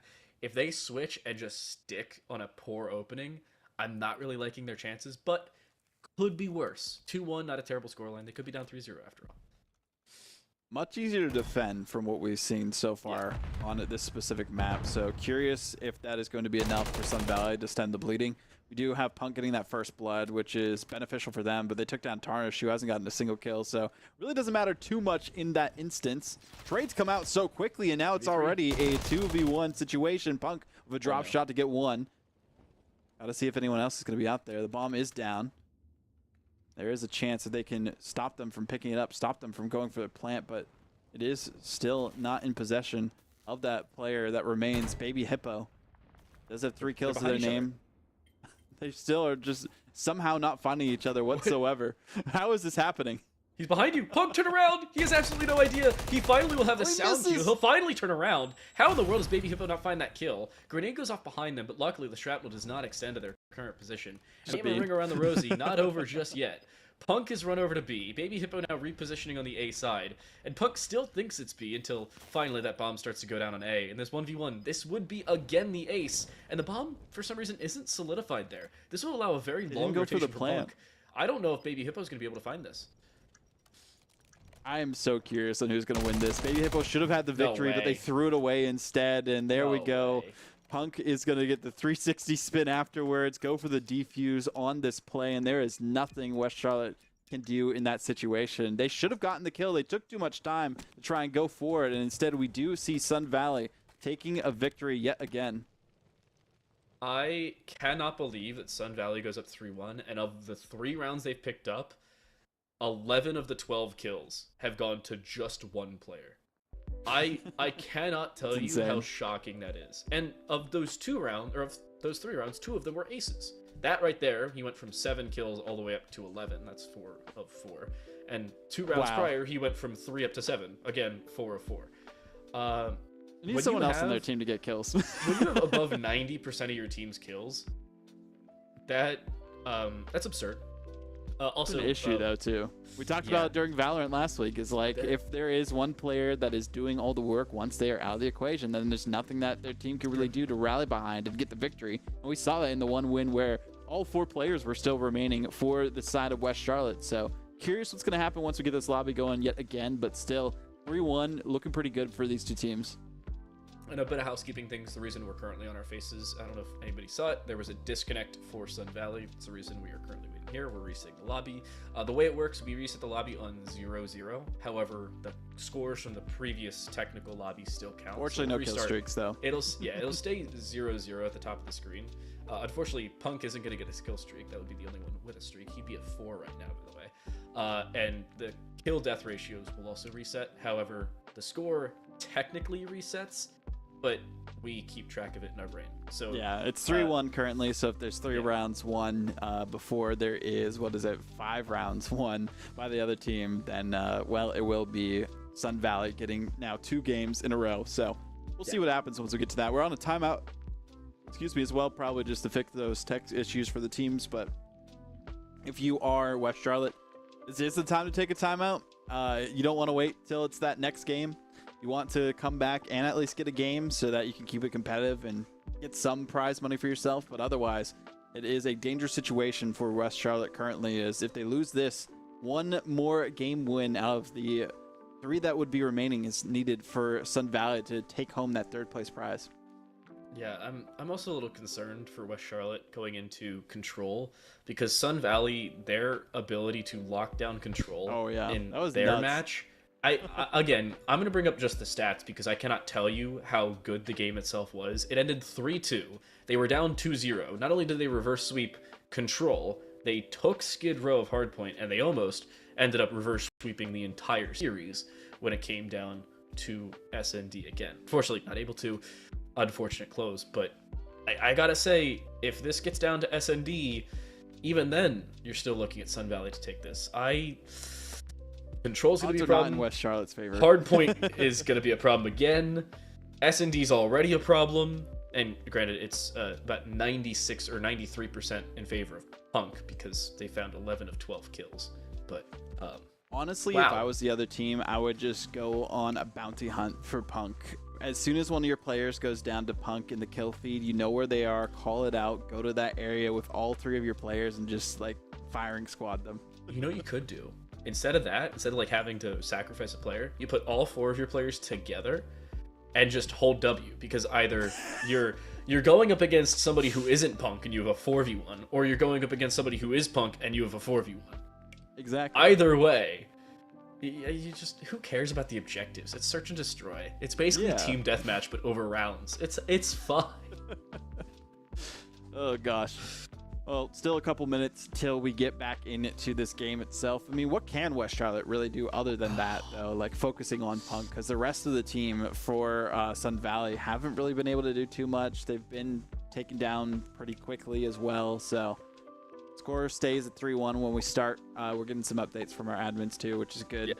Just based on the disconnect that was happening earlier. But unfortunately, we don't have the full stats on how things I have a at the end screenshot. of We're it, good. but thank you. You got that screenshot on the amount of kills that the team did have before then, and yeah, the 11-1 is really the biggest thing here too. No one else has gotten a kill really, other than your boy, who got that like 1 kill in the first round, and then it's been aces across the way from what we've seen from Sun Valley, and then Tarnish still looking for their first kill too. Yeah, and we've seen West Charlotte a little bit more even across the board. The problem is not being able to finish off those rounds. It has been 2 separate rounds where it's been a 1v3 or a 1v4, both for Punk to win. Both ended up giving him 4 kills in the round, the pseudo-technical ace, even though there's not 5 people. I know an ace is technically 5 kills, but I don't care. Yeah. The fact of the matter is, West Charlotte cannot close because they are not playing directly off of one another. Their more spread out and defaulty playstyle is extremely good for the earlier stages of the round, but when they get into that 3 or 4vx scenario, they have to play for trades. I'm bringing up this stat again. I think I've done it 2 or 3 times already this broadcast. The untraded kills is the stat I want everybody to look at. Maybe not at the end of this game because we've cut it off in the middle, so it's not going to be as impactful. But untraded kills are the most impactful part, and impactful individual stat, arguably, in a lot of games in Call of Duty. We saw it the previous game where it was 18 and 21 for 2 of the 3 players. I think it was Punk and Neo. Yep. In this one, I'm saying it is already somewhere in the neighborhood of, I think, 10, maybe 11, depending on how Punk's kill totals will tally up, because Punk has died 1 time, and that was in the round they lost. Which is insane. So yeah, that is the 1 time he's died. That is the time that we did see them spread out, but then eventually go for trades instead, when they were all just bunched up towards the end, because it was a 4v1 situation, and they knew if 1 player got taken down, well, that's okay, because the others would be there ready to trade that kill either way. But it seems like we'll be going back soon-ish, but for now, since I don't think we're going back yet, we are going to be heading to a quick break as we fix some technical difficulties. Then we'll be back after that, straight into the game. Don't go anywhere.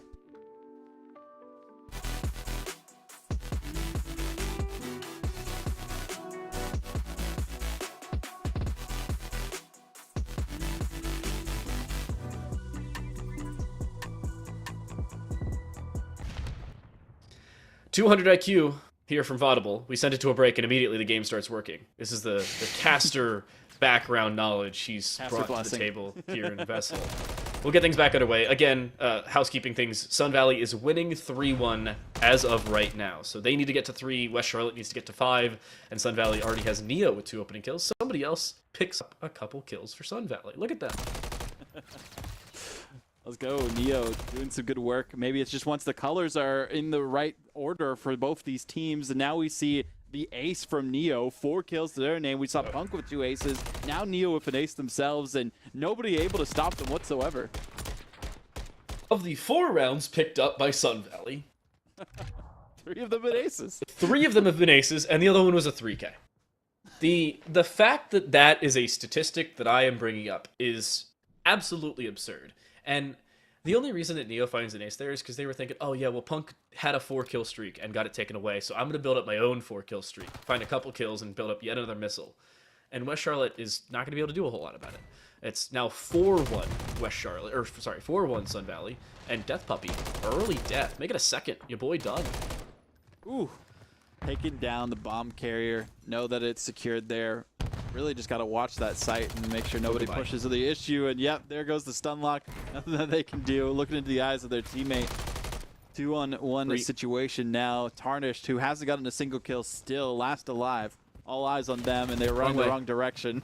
Oh, they are intersected and dissected by the other team. One more round to go before we get into our potential final game of the B stream of the entire event.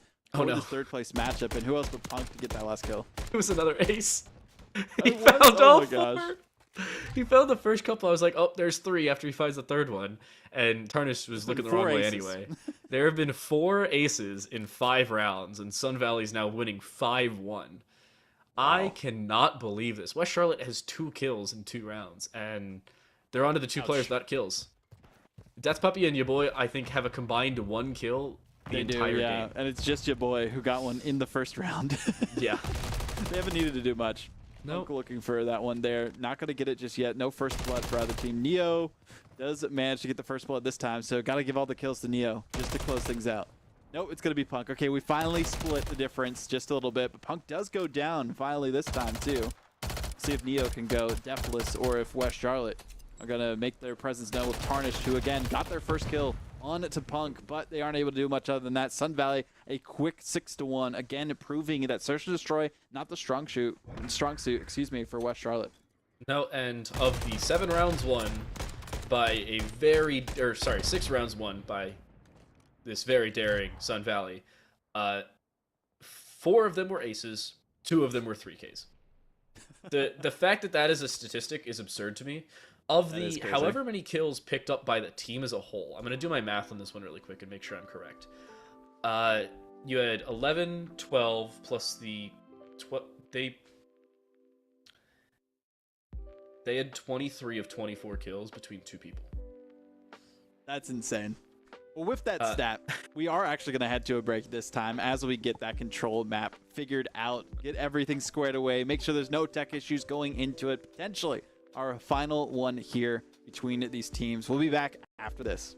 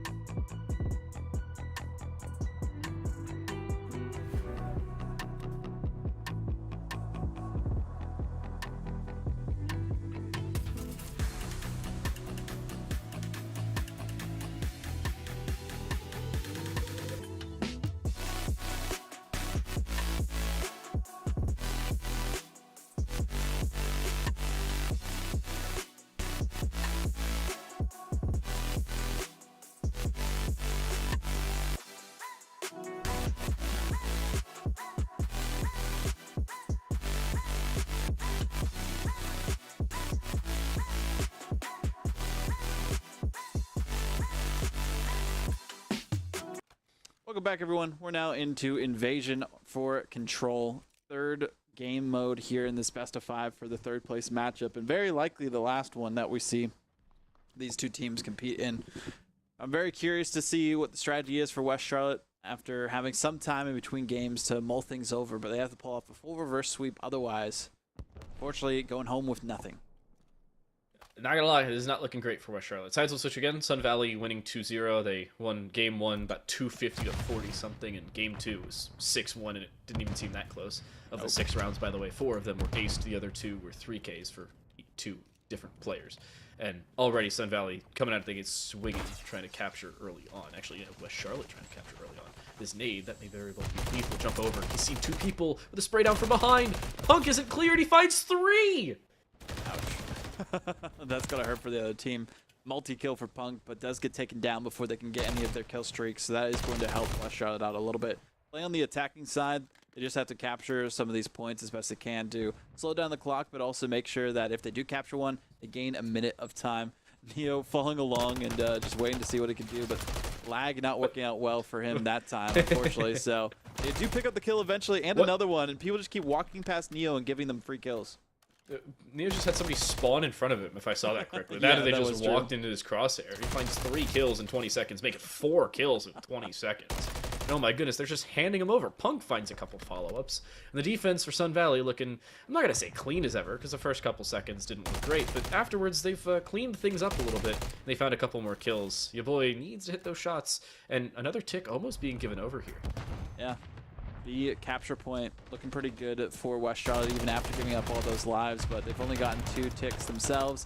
They did manage to slow things down because they are on that capture point. They do almost get a minute, but huge boon for Neo to take down that one player. Oh, they got back on the capture point right behind them, but they did manage to take them down too. So Sun Valley looking a lot better from what we have seen here yet again.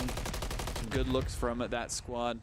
And the side of West Charlotte now looking to see what they can do as well, capturing that point yet again. First 2 ticks gone, looking for the third, but they don't have much time. They got to get onto at least one of those points. Otherwise, so quickly, this first round will be done. Unfortunate there for your boy. They get caught out. Nice spray from Neo, though, finds a follow-up, and 5 kill streak here for them. They're not going to stop anytime soon. Punk and aggressive, a little out of position, but they'll have some support and they'll flank behind the tank. Wow. They didn't even need to. Sun Valley already up 1-0. A little hesitant to say that was clean as ever, but the B side ended up going their way at the end of the day, and they'll take round 1. Only 2 ticks on the B site for West Charlotte, which is very unfortunate to say. We had a timeout, but there might have very easily been an elimination just based on the number of lives that were left for West Charlotte. What was it, like 10 or less that they had at the end down there? To 6. Yeah, down to 6. So West Charlotte with 6 lives remaining, time wasn't even on their side too, and they couldn't get on the side either. They didn't want to give it up based on the kills, the lives that were remaining there either, because then it would have been impossible. But at that point, it took them way too long to get that third tick on B. So now the question is, how quickly can Sun Valley get one of these objectives while they are on the attacking end? Oh, nade lands. Punk shut down, and then as soon as that distraction comes through, your boy flanks behind Tarnished and will take care of him quickly. Already losing A, giving up B as well. 1 tick almost given away on both sides. Swinging from Baby. Does try and swing this on as Baby Hippo, but they get naded by their teammate. The reason that actually kills them is because it landed in the line of sight of the trophy system. That is a very hilarious way. I've never seen that happen. Oh, and there comes out the kill streak, the cruise missile from Punk onto Baby Hippo again. Baby Hippo's just having a bad time. They've picked up 5 kills, and they already have the entirety of the B control point. That's another minute in their pocket, like they need it. And they're now just onslaughting A. They do lose a couple fights, so there is a saving grace, but then Shadow is taken out. There's a flank from Neo. He finds 1. This is a problem. I wonder if Shadow's a sub now. I'm thinking about it, too. Shadow wasn't on that roster earlier. It was a different player, so that might be what had to have happened between these teams, or maybe they had to get onto a different account just based on shenanigans. Who knows? Nonetheless, though, nice to see that they do have somebody in the lobby ready to play with this team and make sure that they can close things out for the victory. We do see another kill streak come through, but not as successful as they would like it to be. A boy picks up a kill themselves. Looking for this first tick, though. Shadow, nope. Can't do anything. Stunned before they can get the trophy system down, but they are laying prone well enough. They take out their own trophy system, but a valiant effort at that because they do manage to get 1 tick, and lives still barely between these two. Much of a difference, but as I say that, Neo with a 2-piece. That may be it. Already getting a second tick, and they have the kill advantage as well, albeit by 3. The problem is they have trophy systems starting to be built up, and that third tick continually ticking through. Punk is tucked in the corner here. I don't even think they find a couple kills. They don't need to. All the way ticked forward. Sun Valley, match point. $1,000 match point as well. That was the quickest control round we have seen on attack ever. I mean, even on iRise, it was pretty quick for Garinger against them, but it still just hasn't been proven that this team of West Charlotte can win those gun battles. They've had a tough time in the 1v1s, and it's been a tough situation for them. I mean, look at the kill totals. Killa with the only like decent amount of objective plays, and then Zanny 7 and 8. That's the best we have after that. And then really Tarnish and Baby Hippo lagging behind the most part for West Charlotte. And at this stage of the competition, you need all players to be playing their A game, and you can't just have 2 players or even 1 player that you need to rally behind. And Sun Valley have proven that, well, maybe it's Neo and Punk, but also the rest of their teammates not really giving up too many deaths, which is huge for them. Ooh, made right in front of Zanny, who will then look up and realize, oh wait, there's your boy. Your boy quickly dispatched of. 2 ticks already on the B. This is much better for West Charlotte compared to what we saw before. They did pick up 2 ticks last time. They're looking for it. The jump up Shadow ends up being hung on the ledge and will jump over, but will still be dispatched of. And B already captured. No time at all. So and much there's 2 time. kills. Oh yeah, 2 kills, 3 kills, and almost taking out the entire other team. That's a good one from Punk, but again, kills hasn't really been the strong suit. We haven't seen a really all but one, I think, rounds went down to either time or ticks in the past control maps we have had on the Vesl stream. So very rare to see it end for kills before time goes out. And West Charlotte, they had the benefit of being able to get that objective really quickly, but the problem with that is as time ticks down and as their chances tick down, so do their lives as well. They're down by 5. They still have plenty remaining in the tank, but again, it's going to be difficult to push onto this A site with the way that Sun Valley has it locked down. And with single point being the focus, it seems like Sun Valley may very well close this one out in short order. Down to 16 lives remaining. Neo finds 1 before being stunned out, and that lack of sound cues end up coming back to bite him. What's really not going to matter is Punk walking through will somehow 180 and still win the fight. Wants to find a second, and the communication not there for West Charlotte will find just that. And Sun Valley hasn't even had somebody come in the general zip code of the A point, much less actually starting to capture. Some great looks from Sun Valley.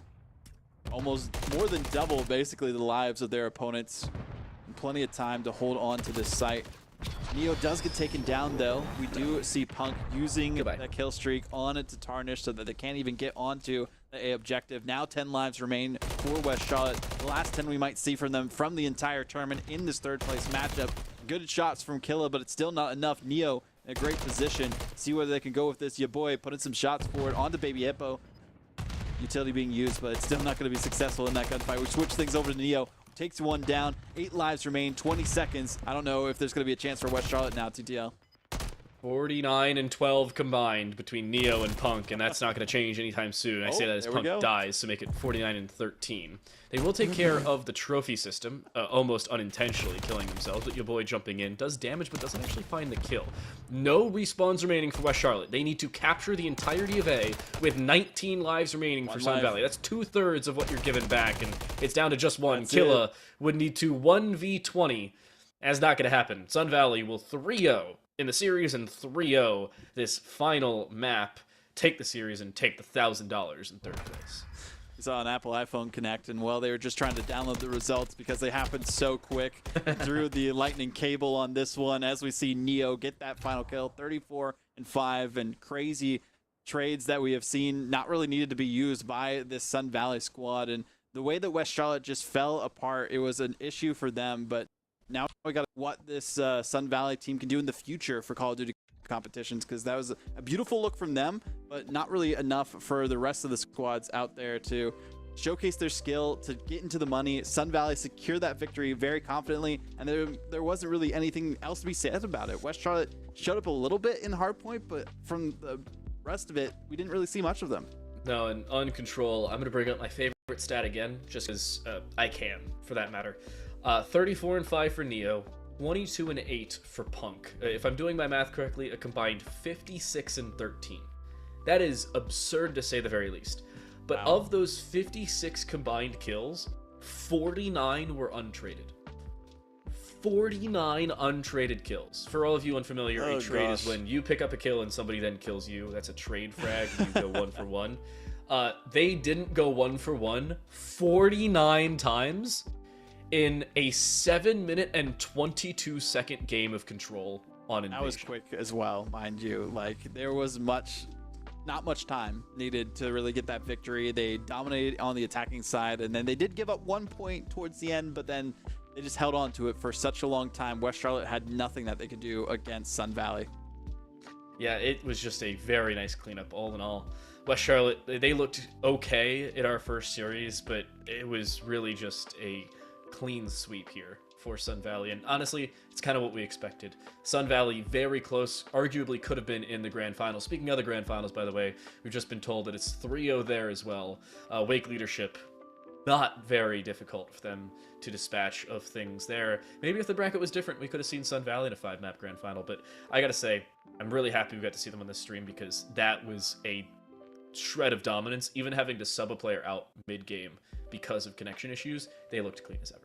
I mean, we even get to save risk from having to sing the national anthem at the States, so that's gonna be a great time. Wait, that no, we that's a don't bad have thing. to I worry wanted to see about. He's probably counting his lucky stars and thanking Swag Check and making sure that all the players have had a good time. And it was pretty awesome that we got to have a competition where we can conclude things in the same week instead of having to wait to see for the land stage for what things are going to go down there. But also, again, congrats to that first place team in Wake Young Leadership Academy, men's and women's, something of that sort.